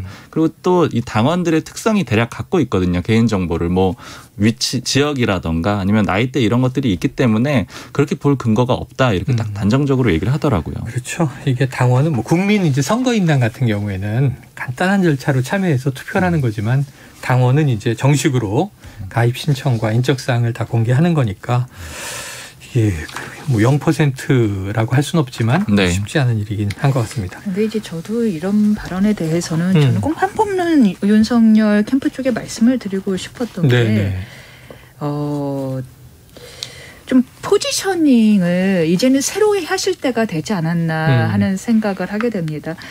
이런 일단 이제 워딩 자체는 위장당원이 가입했습니다의 방점이 찍힌 건 아니고 위장당원이 가입했으니 우리 모두 결집합시다에 이제 좀 더 방점이 찍힌 발언으로는 보여요. 네. 그런데 뭐가 문제냐 하면은 전에 이제 경선 룰 정할 때에도 역선택으로 규정을 넣을 맞아요. 방지 룰을 넣을 거냐 말 거냐가 싸움이 계속 있었죠. 싸움이 있었잖아요. 이 얘기는 뭐냐면은 내부에 좀 강성 우파 사람들이 많이 포진되어 있다. 음모론을 믿는 강성 우파 사람들이 많이 포진되어 있다라는 걸로 보이고 이거는 윤석열 후보에 대해서 중도 우파나 중도 좌파가 지지하기에 분명히 방어선으로 작용을 한다라는 거. 두 번째는 계속해서 이제 뭐 이준석에 대한 공격에도 있지만 워딩 자체는 사실 문재인 정권에 대한 공격이란 말이에요. 네, 민주당에 그렇죠. 대한. 그렇죠. 근데 이분이 안티 문재인으로서 현재 지금 지위를 구축했다는 건 누구나 다 아는 사람이에요. 그렇죠. 이건 한 28%에서 30% 될 거예요. 안티 문재인을 통해서 거의 됐다는 뭐 거. 1년여 동안 예. 지난해부터 검찰총장 시절부터였죠. 그건 이미 다 된 거예요. 이제 그거는 깎일 일만 있어요. 그럼 플러스로 가려면 중도파를 잡으려면 미래에 대한 이야기를 자꾸 해줘야 되는데 이분은 자꾸만 나는 반문재인파입니다. 이 노선으로 자꾸 본인을 모습을 구축하는 것 같은 거예요. 이 역시 이 위장당원 역시 나는 반문재인파입니다. 반민주당파입니다라는 걸 다시 한번 드러낸 건데 이젠 이건 충분히 됐다. 다 안다라는 말씀을 드리고 싶은 거죠. 위장당원들이 우리 당까지 들어와서 나를 해치려고 합니다. 여러분 이런 메시지인 네네. 거죠. 자 이제 네거티브보다도 포지티브하게 과거가 아니라 미래를 얘기한다. 아주 중요한 얘기를 해주셨는데 자 이게 또 그다음에 이제 어제 하루 종일 회자됐는데 오늘 이 두 분에게 안 물어볼 수 없습니다. 손바닥 왕자 논란. 뭐 대략 이제 흘러가고 있습니다만 근데 이게 뭐가 문제냐면 이 다른 당내의 라이벌들이 문제 제기를 했잖아요. 근데 그걸 또 이제 윤석열 후보가 반박을 하면서 홍준표 후보에게 속옷 색깔 그다음에 또 이 이름 개명 이런 이야기를 또 지적을 하면서 맞대응을 했어요. 자, 홍준표 후보도 뭐 정치 꽤 오래 한 분이고 이런 얘기는 국민들이 일부 또 아는 얘기예요. 네. 박 기자님 이 팩트 체크 한번 해주시죠. 그러니까 이거 이름 얘기 개명한 얘기 들으니까 또 옛날 생각이 나더라고요. 그래서 좀 찾아봤는데 그러니까 제가 그 이제 정치인들 만나고 나서 조금 메모를 해놨던 걸 좀 찾아봤어요. 그랬더니 좀 재밌었던 게 이주영 전 국회 부의장이 있어요. 지금은 이제 전직 의원이 되셨는데 제가 보니까 2017년 12월하고 2019년 4월에 한 번씩 만났더라고요. 이제 그때 만나서 했던 얘기가 두 번 다 같아요. 홍준표의 이름은 그러니까 홍판표였는데 본인이 개명을 해줬다. 근데 그때 당시에 성명하게 아주 심취를 해가지고 책도 6권 정도 읽었었고 그때 당시에 청주지검, 청주지법 이렇게 각각 근무를 하셨는데 그러니까 판사 출신이죠. 그렇죠. 판사 의원은. 출신이고 홍준표 의원은 검사 출신이잖아요. 이제 거기서 꽤 가깝게 지냈고 이름을 바꿔줬다 이렇게 얘기를 했는데 근데 이제 당시에 홍준표 의원이 이거 반박을 했었어요. 그때 이름을 바꿔준 사람은 이주영 의원이 아니고 법원장이었다. 당시 청주지법의 법원장이었다 이렇게 반박을 해가지고. 바꾼 건 맞네요. 네, 바꾼 거는 맞죠. 홍판표에서 홍준표로 바꾼 거는 뭐 법조인이 본인이 바꿔준 것도 맞고. 네. 근데 그렇게 이제 싸웠던 이유가 뭐였냐면 그때 당시에 보니까 이주영 의원은 좀 친박계 쪽으로 분류가 돼 있었어요. 네, 맞아요. 그리고 이때 만났던 시기가 언제였냐면 원내대표 선거나 당대표 선거를 나오기 직전이었습니다. 근데 홍준표 의원은 지원을 안 해줬던 거죠. 그러니까 이주영 의원이 약간의 서운함 같은 것이 있었고 그러니까 서로 이제 계파가 좀 달랐는데 그때도 이 문제 가지고 한판 붙었던 거거든요. 근데 이번에도 또 이제 주자들 간에 이런 걸로 한번 또 갈등이 있는 걸 보니까 좀 비슷하게 다시 비슷한 소재로 좀 활용이 되는 것 같아요. 그러면은 이게 윤석열 후보 쪽에서 이제 홍준표 후보 쪽에 당신도 이름 개명하고 역술인이 해준 거 아니냐 이렇게 공격하는 거는 조금 이제 사실과는 다르네요. 모르겠어요. 사실은 모르겠는데 사실 그거는 좀 그래도 비껴나간 얘기인 것 같습니다. 역술인이 만들어줬다라고 보기는 어려울 것 같고 가능성은 그냥 제가 보기에 제일 유력한 두 개의 가능성은 이제 이주영 의원이 지어줬거나 아니면 그 법원장이 지어줬거나 이 둘 중에 하나일 거고 아무래도 그래도 이런 문제는 본인 주장에 좀 힘을 실어주는 게 맞지 않을까. 그럼 법원장이 지어주지 않았을까 생각이 그러다 듭니다. 보니 이제 유승민 후보는 4차 산업혁명 시대에 이 주술 미신 이게 웬 말이냐 하는 또 얘기를 하는데 자, 임 변호사님. 청년 세대시잖아요. 아이고, 그런가요? 어떻게 보세요? 이런 이야기.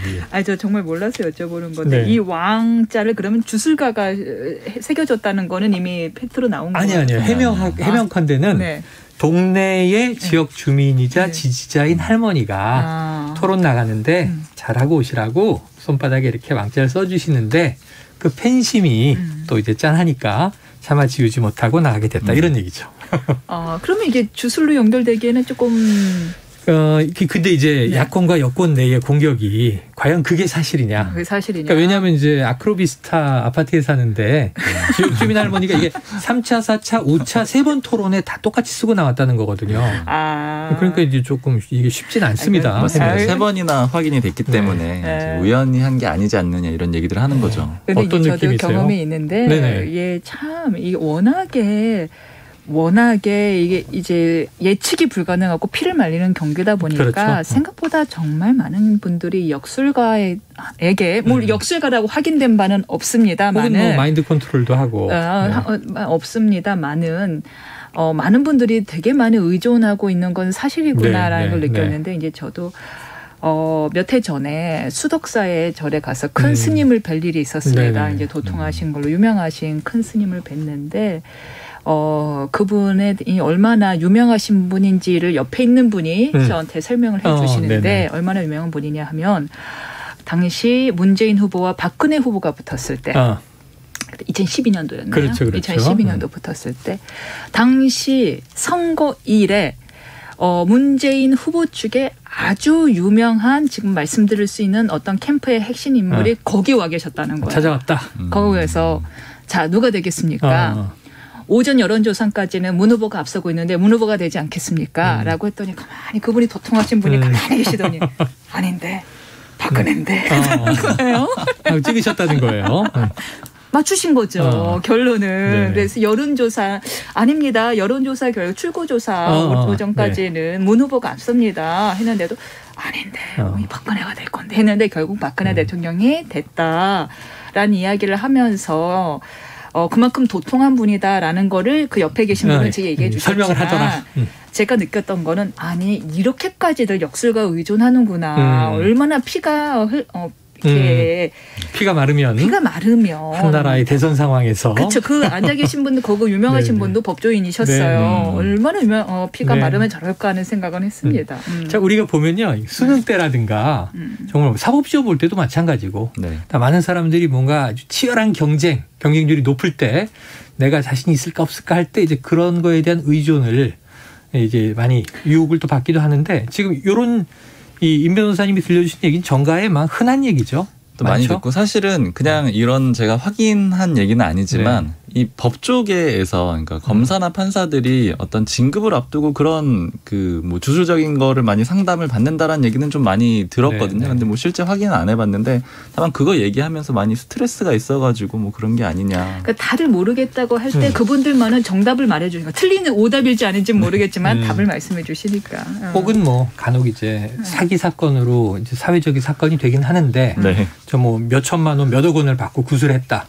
근데 이게 법원에서도 또 심리적 위안을 줬다면 사기라고 볼 수 없다는 판례도 있어서 제가 관련한 사건을 최근에 하고 있어서 엊그제 안 그래도 부산을 다녀왔는데요. 네, 부산을 다녀왔는데 판례를 좀 리서치 해보면 약 억 단위 이상은 사기로 보는 분위기고요. 너무 크면 이제 몇백에서 그리고 이제 피해자의 경제 규모도 되게 중요합니다. 뭐 어마어마한 자산가인데 내가 여기 뭐 몇 천을 줬다라고 뭐 심리적 안정 비용인데 너무 평범한 집안인데 여기 몇 천을 줬다 그러면 이제 사기로 그렇죠. 가계가 주저하는 거죠. 그게 뭐 합리적이라는 생각이 듭니다. 자, 그러면 이제 요 간단하게 이 문제는 앞으로 박 기자님 어떻게 흘러갈 것 같으세요? 뭐 대략 마무리가 될 것 같으세요? 네, 이번 단계는 이제 이렇게 정리가 될 것 같고 왜냐하면 이준석 대표도 중재를 시작을 했고요. 이게 당내에서 더 많이 비판을 경쟁주자가 해주지 않으면은 더 커지지는 않을 거예요. 왜냐하면 뭐 더 이상 논란을 해봤자 의미가 없기 때문에요. 근데 이제 다만 제가 하나 짚고 싶은 거는 이제 캠프의 대응이 좀 약했다라는 점이 드러났기 때문에 향후에 어떤 리스크가 분명히 또 발생을 하거나 아니면 발언으로 윤석열 전 총장이 논란이 될 수가 있거든요. 근데 이번에 이 캠프 대변인들이 대응하는 과정에서 확산이 된 그런 면이 있어요. 이제 그런 것들을 아마 수정하지 않으면은 뭐 제2, 제3의 논란이 또 나올 수 있겠죠. 그래요. 자, 알겠습니다. 지켜보도록 하죠. 자, 이 다음 이슈로 한번 넘어가 볼게요. 오늘 밤에 또 이제 토론회가 있으니까 토론회 이후 어떤 이슈가 나오는지는 내일 후에 보겠습니다. 지금 이제 이 선거 캠프의 문화가 많이 달라졌다. 이런 얘기들이 있어요. 어떤 게 많이 달라졌다고 보세요? 그 예전 같으면은 이게 일종의 싸움, 몸싸움이라고 보면은 상대방의 어떤 등치를 보고 이제 내가 이길 수 있겠냐 없겠냐 이런 세를 좀 판단을 할 거 아니에요. 그렇죠. 근데 정치권의 캠프에서 그 등치라고 비유를 한다 그러면은 현역 의원들의 숫자가 될 수가 있을 거예요. 현역 의원들이 가장 민감하게 움직이고 또 어느 캠프에 합류하느냐는 실제로 그 캠프가 잘 될까 안 될까 중요한 척도였었거든요. 근데 이제 최근에 보면은 그런 흐름이 좀 깨지는 게 아니냐 이런 얘기들이 많이 나오고 있는 겁니다. 그러니까 좀 흐름들을 쭉 짚어보면 뭐 대표적으로 여러 가지 사례들이 있는데 뭐 여야에 굉장히 많이 있는데 뭐 가장 대표적인 건 이준석 대표 사례가 될 수 있을 것 같아요. 전당대회 이길 때 아무도 없었거든요. 현역 의원은 뭐 당연히 없었고요. 소위 당협위원장급이라고 해서 그런 정도도 한 명밖에 없었고 나중에 영입을 했고요. 실무진이 2명이 있었는데 이준석 대표는 85년생이잖아요. 그 실무진이 86년생, 90년생 이렇게 한 명씩 있었어요. 그러니까 실제 어떤 뭐 조직력의 도움이나 이런 건 전혀 없었다라고 보면 되고 또 그 이후에 오세훈 서울시장하고 또 나경원 전 의원 붙을 때도 마찬가지였죠. 그때 나경원 전 의원 캠프는 20대 국회의원 모임이다 이런 식으로 기자들이 얘기를 할 정도였거든요. 의원들이 전직 의원들이 다 몰려가 있었고 오세훈 서울시장 캠프에는 사람이 거의 없었고 10년 전에 오세훈 시장 할 때 그때 당시에 실무진들이 다시 모여있는 그런 그림이었거든요.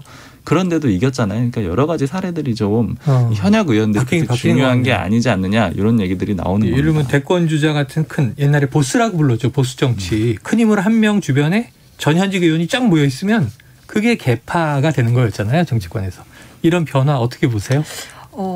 이거는 옳다 그르다의 문제보다는 당규를 누가 더 잘 이용했냐의 문제 같아요. 지금은 국민 여론을 워낙에 많이 비중을 높이다 보니까 오케이 내가 국민 여론을 어느 정도 비중을 확보한다면은 당내 세력이 그렇게 중요치 않다라는 걸 아는 사람들이 외부 세력에 충분히 의존을 하는 건데 그리고 기존 정치인에 대한 사람들의 권태감을 이용을 하는 건데 저는 이 추세가 계속된다면은 다시 또 당규가 바뀔 가능성이 있다고 보거든요.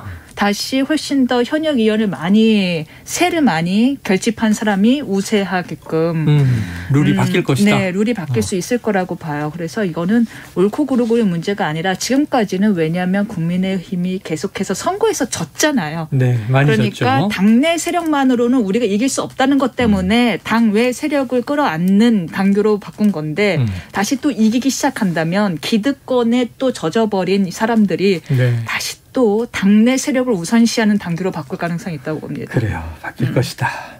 하지만 또 이제 세력이 과거에는 조직이었으니까 조직만이 아니라 뭔가 이슈와 바람을 만들어내는 능력으로 정치 역동성을 좀 만들어내는 것도 괜찮겠다 싶은데 앞으로의 흐름을 좀 지켜보도록 하겠습니다. 그거를 하나는 좀 짚어볼 수 있을 것 같아요. 그러니까 이번에 아까 잠깐 얘기가 나왔던 그 왕자 논란 있잖아요. 네네. 그거 대응을 할 때 보면 윤석열 전 총장 캠프에 대변인이 4명이 있고 공보실장이 1명이 있거든요. 네. 뭐 부대변인은 말할 것도 없이 많이 있고요. 즉 5명의 대변인격의 사람들이 있는데 이 대변인들이 발언을 하면서 오히려 논란이 되는 그런 상황이 만들어졌잖아요. 맞아요. 다 반대로 규모가 작은 홍준표 의원 캠프를 보면은 대변인이 1명이에요. 여명 대변인으로 이제 그 30대 초반의 여성 대변인인데 이 여명 대변인을 얼마 전에 만났는데 하는 얘기가 혹시 좀 힘들지 않냐 이렇게 물어봤어요. 왜냐하면 대변인이 1명이니까 전화를 너무 많이 받게 되고 그랬더니 홍준표 의원이 자기 1명으로 끝까지 가겠다고 얘기를 하면서 뭐라고 했냐면 실수가 없고 메시지 누수가 없다 이렇게 얘기를 했다라는 거예요. 이제 그때는 제가 그 얘기를 들었을 때 이게 그냥 사람이 없으니까 하는 얘기인가 보다 이렇게 생각을 했는데 이번에 논란이 되는 걸 보니까 1명이 있는 게 일종의 장점으로도 활용이 될 수가 있다는 거죠. 일관형 메시지가 나오죠. 그렇죠. 후보 본인이 직접 얘기를 많이 할 기회가 있기 때문에 뭐 페이스북이나 여러 방송이나 있기 때문에 대변인은 1명으로 놓고 딱 통일을 시켜서 좀 강점을 보인 것도 같아요. 그래요. 오히려 슬림한 게 장점이 된다. 하지만 이제 이게 또 장단점이 다 있는 상황이기 때문에. 그렇죠. 홍준표 의원 지금 현역 의원 1명 있죠?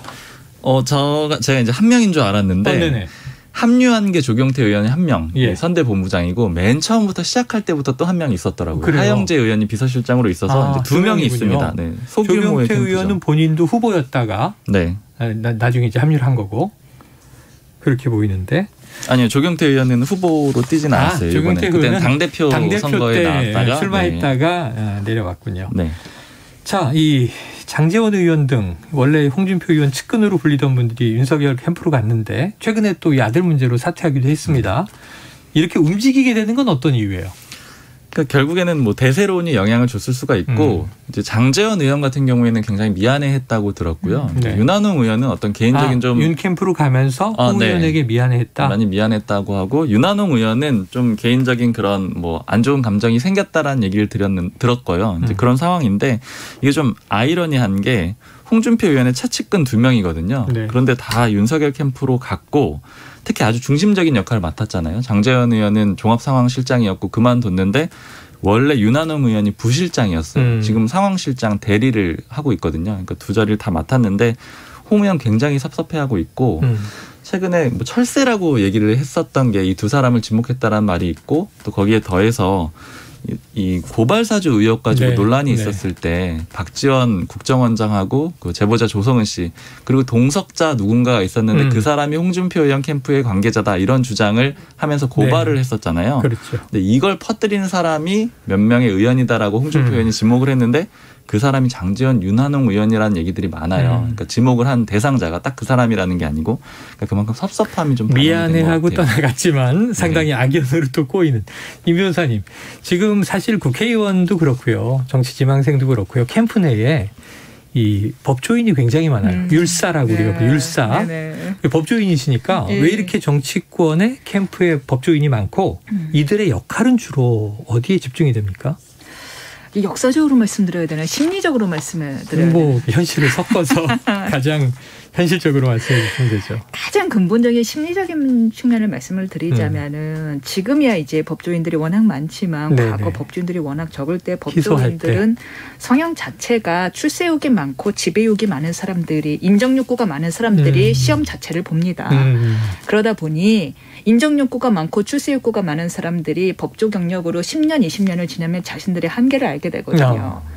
지역에서 본인들은 누구 뭐 어떤 사람들 이혼 사건 해주고 누가 술 먹고 어디서 깽판 쳤네 하는 사건을 해주고 있는데 그렇죠. 물론 이제 어느 정도 변호사들이 워낙 없으니까 돈은 벌었어요. 유지가 돼 있죠. 네, 그러나 기업에 입사한 내 친구는 전무가 되고 상무가 돼서 해외로 나가고 그러면 돈이 달리고 부하가 달라지고 사회적 영향력이 달라지거든요. 그럼 본인들이 한 단계 더 퀀텀 점프할 수 있는 길은 다시 한번 권력을 행사할 수 있는 정치 영역이다. 정치 영역이다. 권력거다라고 해서 심리적 해석이 딱 와닿는데 느낌이. 그런 사람들이 110 중 8, 9입니다. 대체로는 사실은. 70-80%. 네. 와닿습니다. 네. 그러다 보니 유독 정치계에 법조인이 많은 건 사실이고요. 그다음에 현실적으로 보면 아무래도 법조인들 특징이 법조인들이 방송계도 굉장히 많이 나오죠. 많이 나오죠. 한번 제가 작가한테 물어봤어요. 왜 이렇게 법조인들을 많이 부르냐. 그랬더니 이유가 1번 싸도 나온다. 그건 너무 슬프잖아요. 아니 이제 이게 주업이 아니니까. 주업이 있으니까. 네, 싸도 나온다. 2번. 그러니까 이걸 뭐 일종의 돈 버는 일로 하지 않고, 뭐 부업 겸 혹은 본인이 봉사일 수도 있고 지식과 정보를 공유하는. 더 큰 이유가 뭐냐 하면은 어떤 사안이든 간에 인풋과 아웃풋이 빠르다. 맞아요. 인풋이 들어온 다음에 그거를 빨리 새로운 사안을 분석하고 육하 원칙에 따라서 방송에서 얘기할 줄 아는 능력이 있다. 그러다 보니 아무래도 안정성이 높다라는 거예요. 그렇죠. 정치도 비슷한 것 같아요. 맞아요. 어떤 사안에 대해서 빨리 파악을 하고 오거나이즈하고 육하 원칙에 따라서 이야기를 할 줄 아는 능력들이 법조인들한테 좀 있다 보니까 그래서 대변인도 많이 하는 거잖아요. 육하 원칙에 따라 말해야 변론을 늘 하는 게 주로 그런 것들이니까. 이가 너무 이제 분석 잘해 주셨네요. 두 가지로 딱 요약하면 언변이 좋고 권력 의지가 있다. 그렇죠. 그래서 이 율사들이 캠프에 많이 참여해서 달리고 있다. 시간이 아쉽습니다. 왜냐하면 오늘 원래 아까 경제 전문가로 우리 또 변호사님 소개해드린 게 각 후보들의 이 부동산 공약. 그렇죠. 우리가 좀 정책 얘기를 너무 못하고 맨날 왕자 얘기하고 하다 보니까 우리 한번 후보들 정책 비교해보자 해서 오늘 요 시사권법 시간을 부동산 정책부터 분석하는 걸로 잡았는데 아쉽게 시간이 다 흘러가서 이제 민생과 관련된 정책 분석은 다음 주부터 시작을 해봐야 될 것 같습니다. 오늘 시간은 여기서 정리하죠. 근데 두 분 말씀 너무 재밌었어요. 고맙습니다. 네, 수고 많으셨습니다. 감사합니다. 지금까지 박순봉 경향신문 기자 그리고 이민선 변호사와 시사권법 함께했습니다. 다음 주를 기약하죠. Splish splash, I was taking a bath. Long about a Saturday night. 점심 먹고 유쾌한 시사 디저트 한 입. 최영일의 시사본부. Well, I stepped out the tub and put my feet on the floor. I wrapped the towel around me.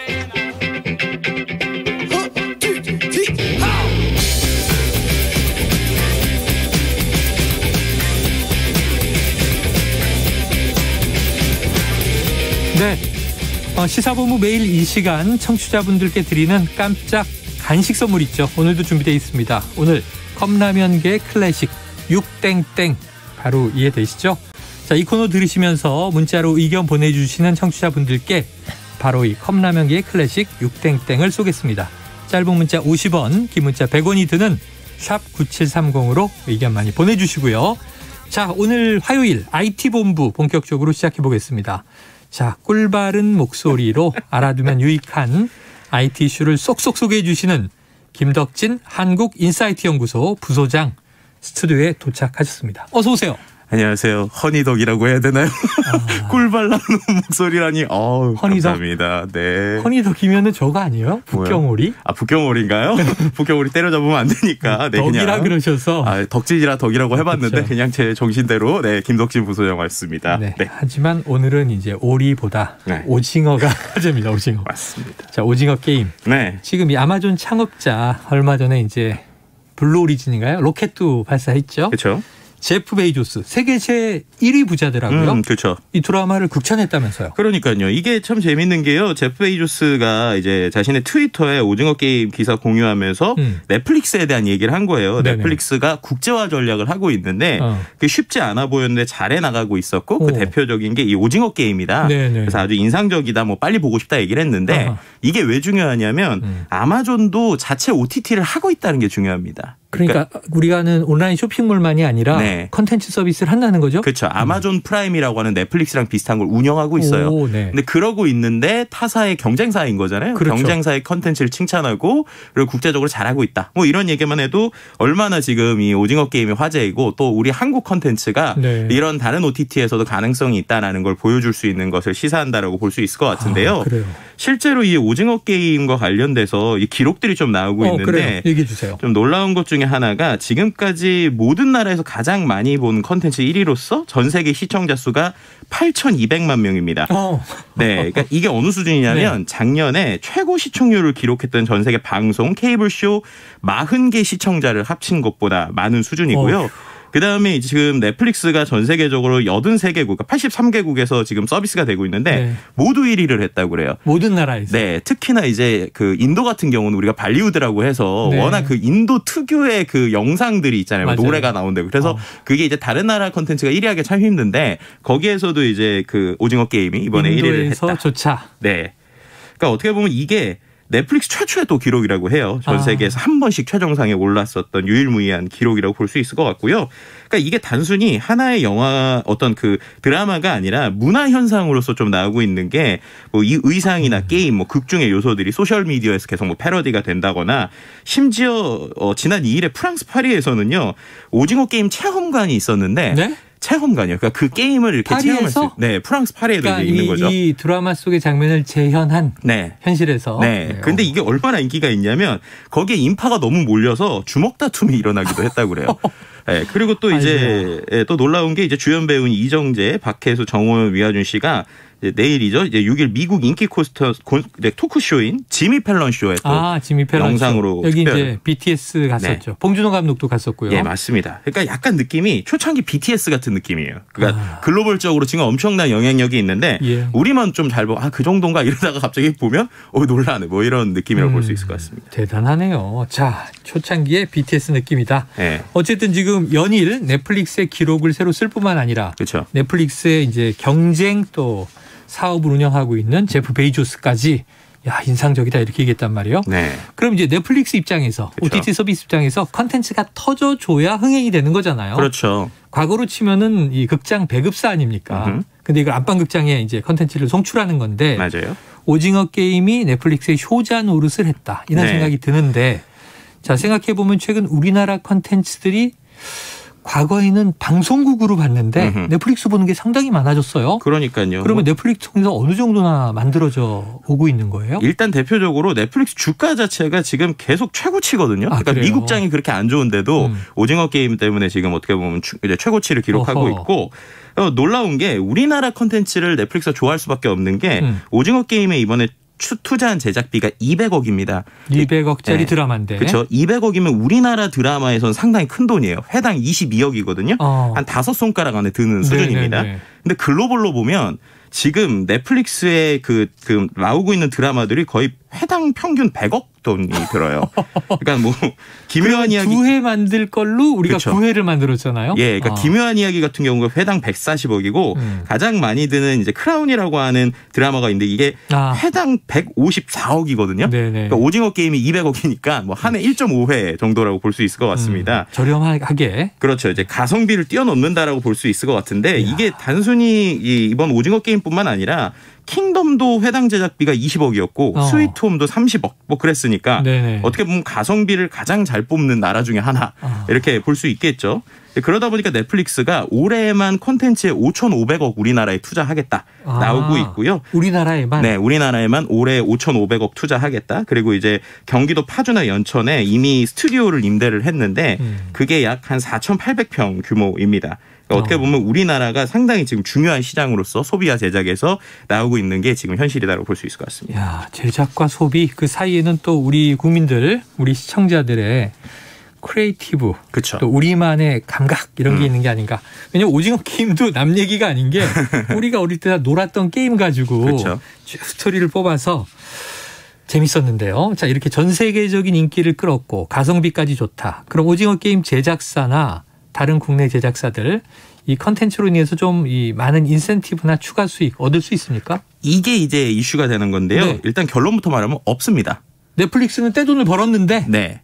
조금 투자하고 엄청 벌었는데 네. 왜 인센티브가 없어요? 정확하게 드라마 제작사는요. 네. 제작비의 10에서 20%를 수익받고 끝납니다. 아하. 네, 이게 넷플릭스 계약 방식의 인세처럼. 네, 그러니까 처음에 인세랑 조금 다른데요. 인세는 예를 들어서 말씀하신 대로 뭐 몇 쇄가 늘어나면 거기에 네. 수익이 추가적으로 늘잖아요. 그렇죠. 이건 그런 건 없어요. 그냥 무조건 예를 들어서 처음에 제작비가 200억이다.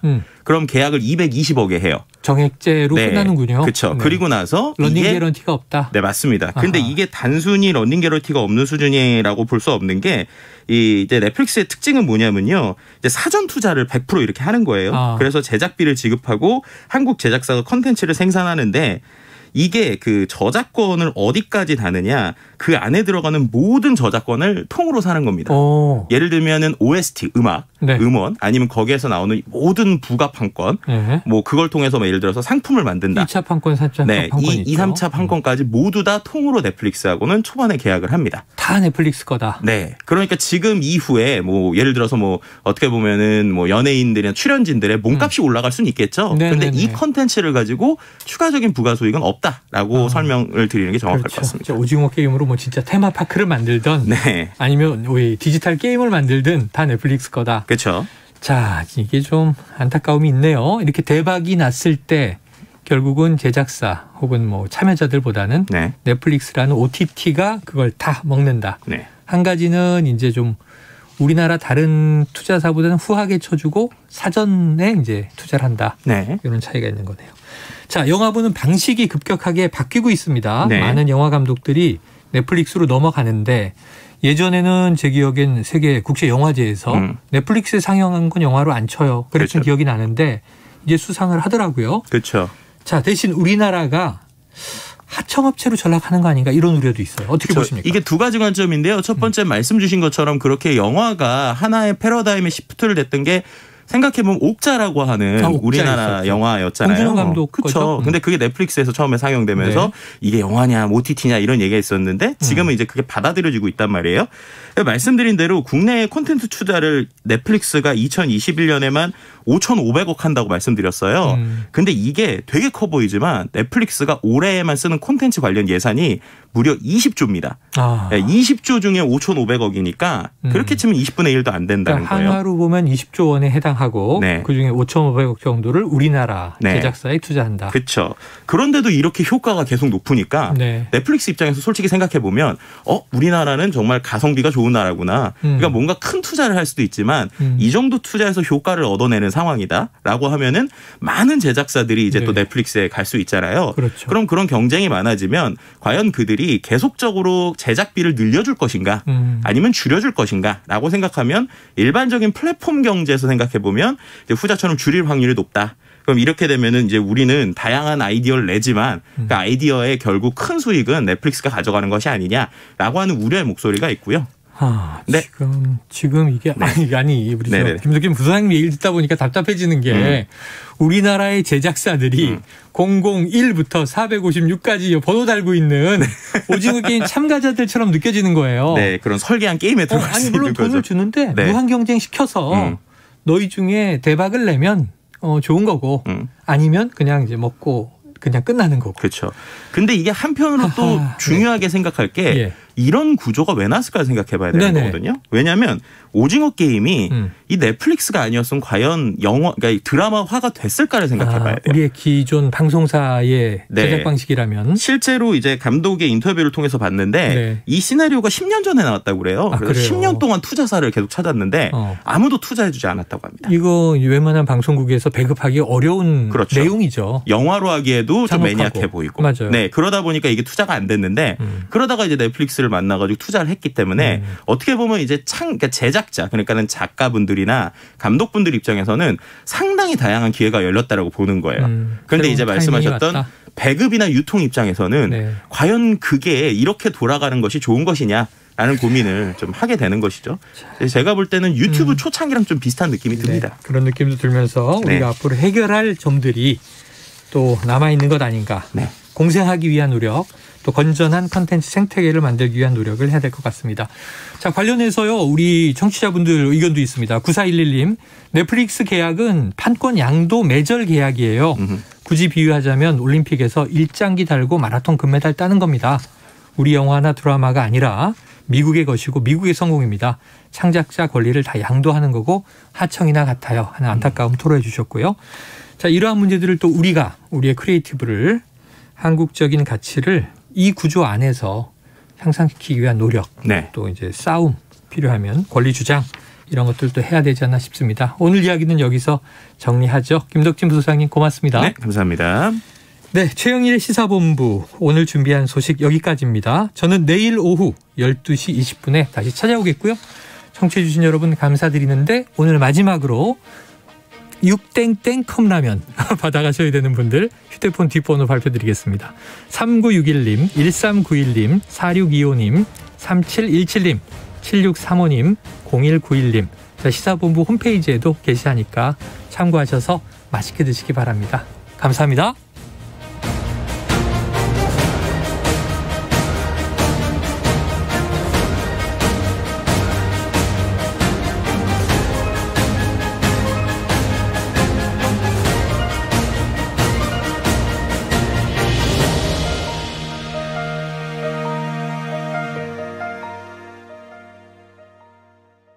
지구를 위한 새로 고침 습관을 바꾸는 라디오. 안녕하세요.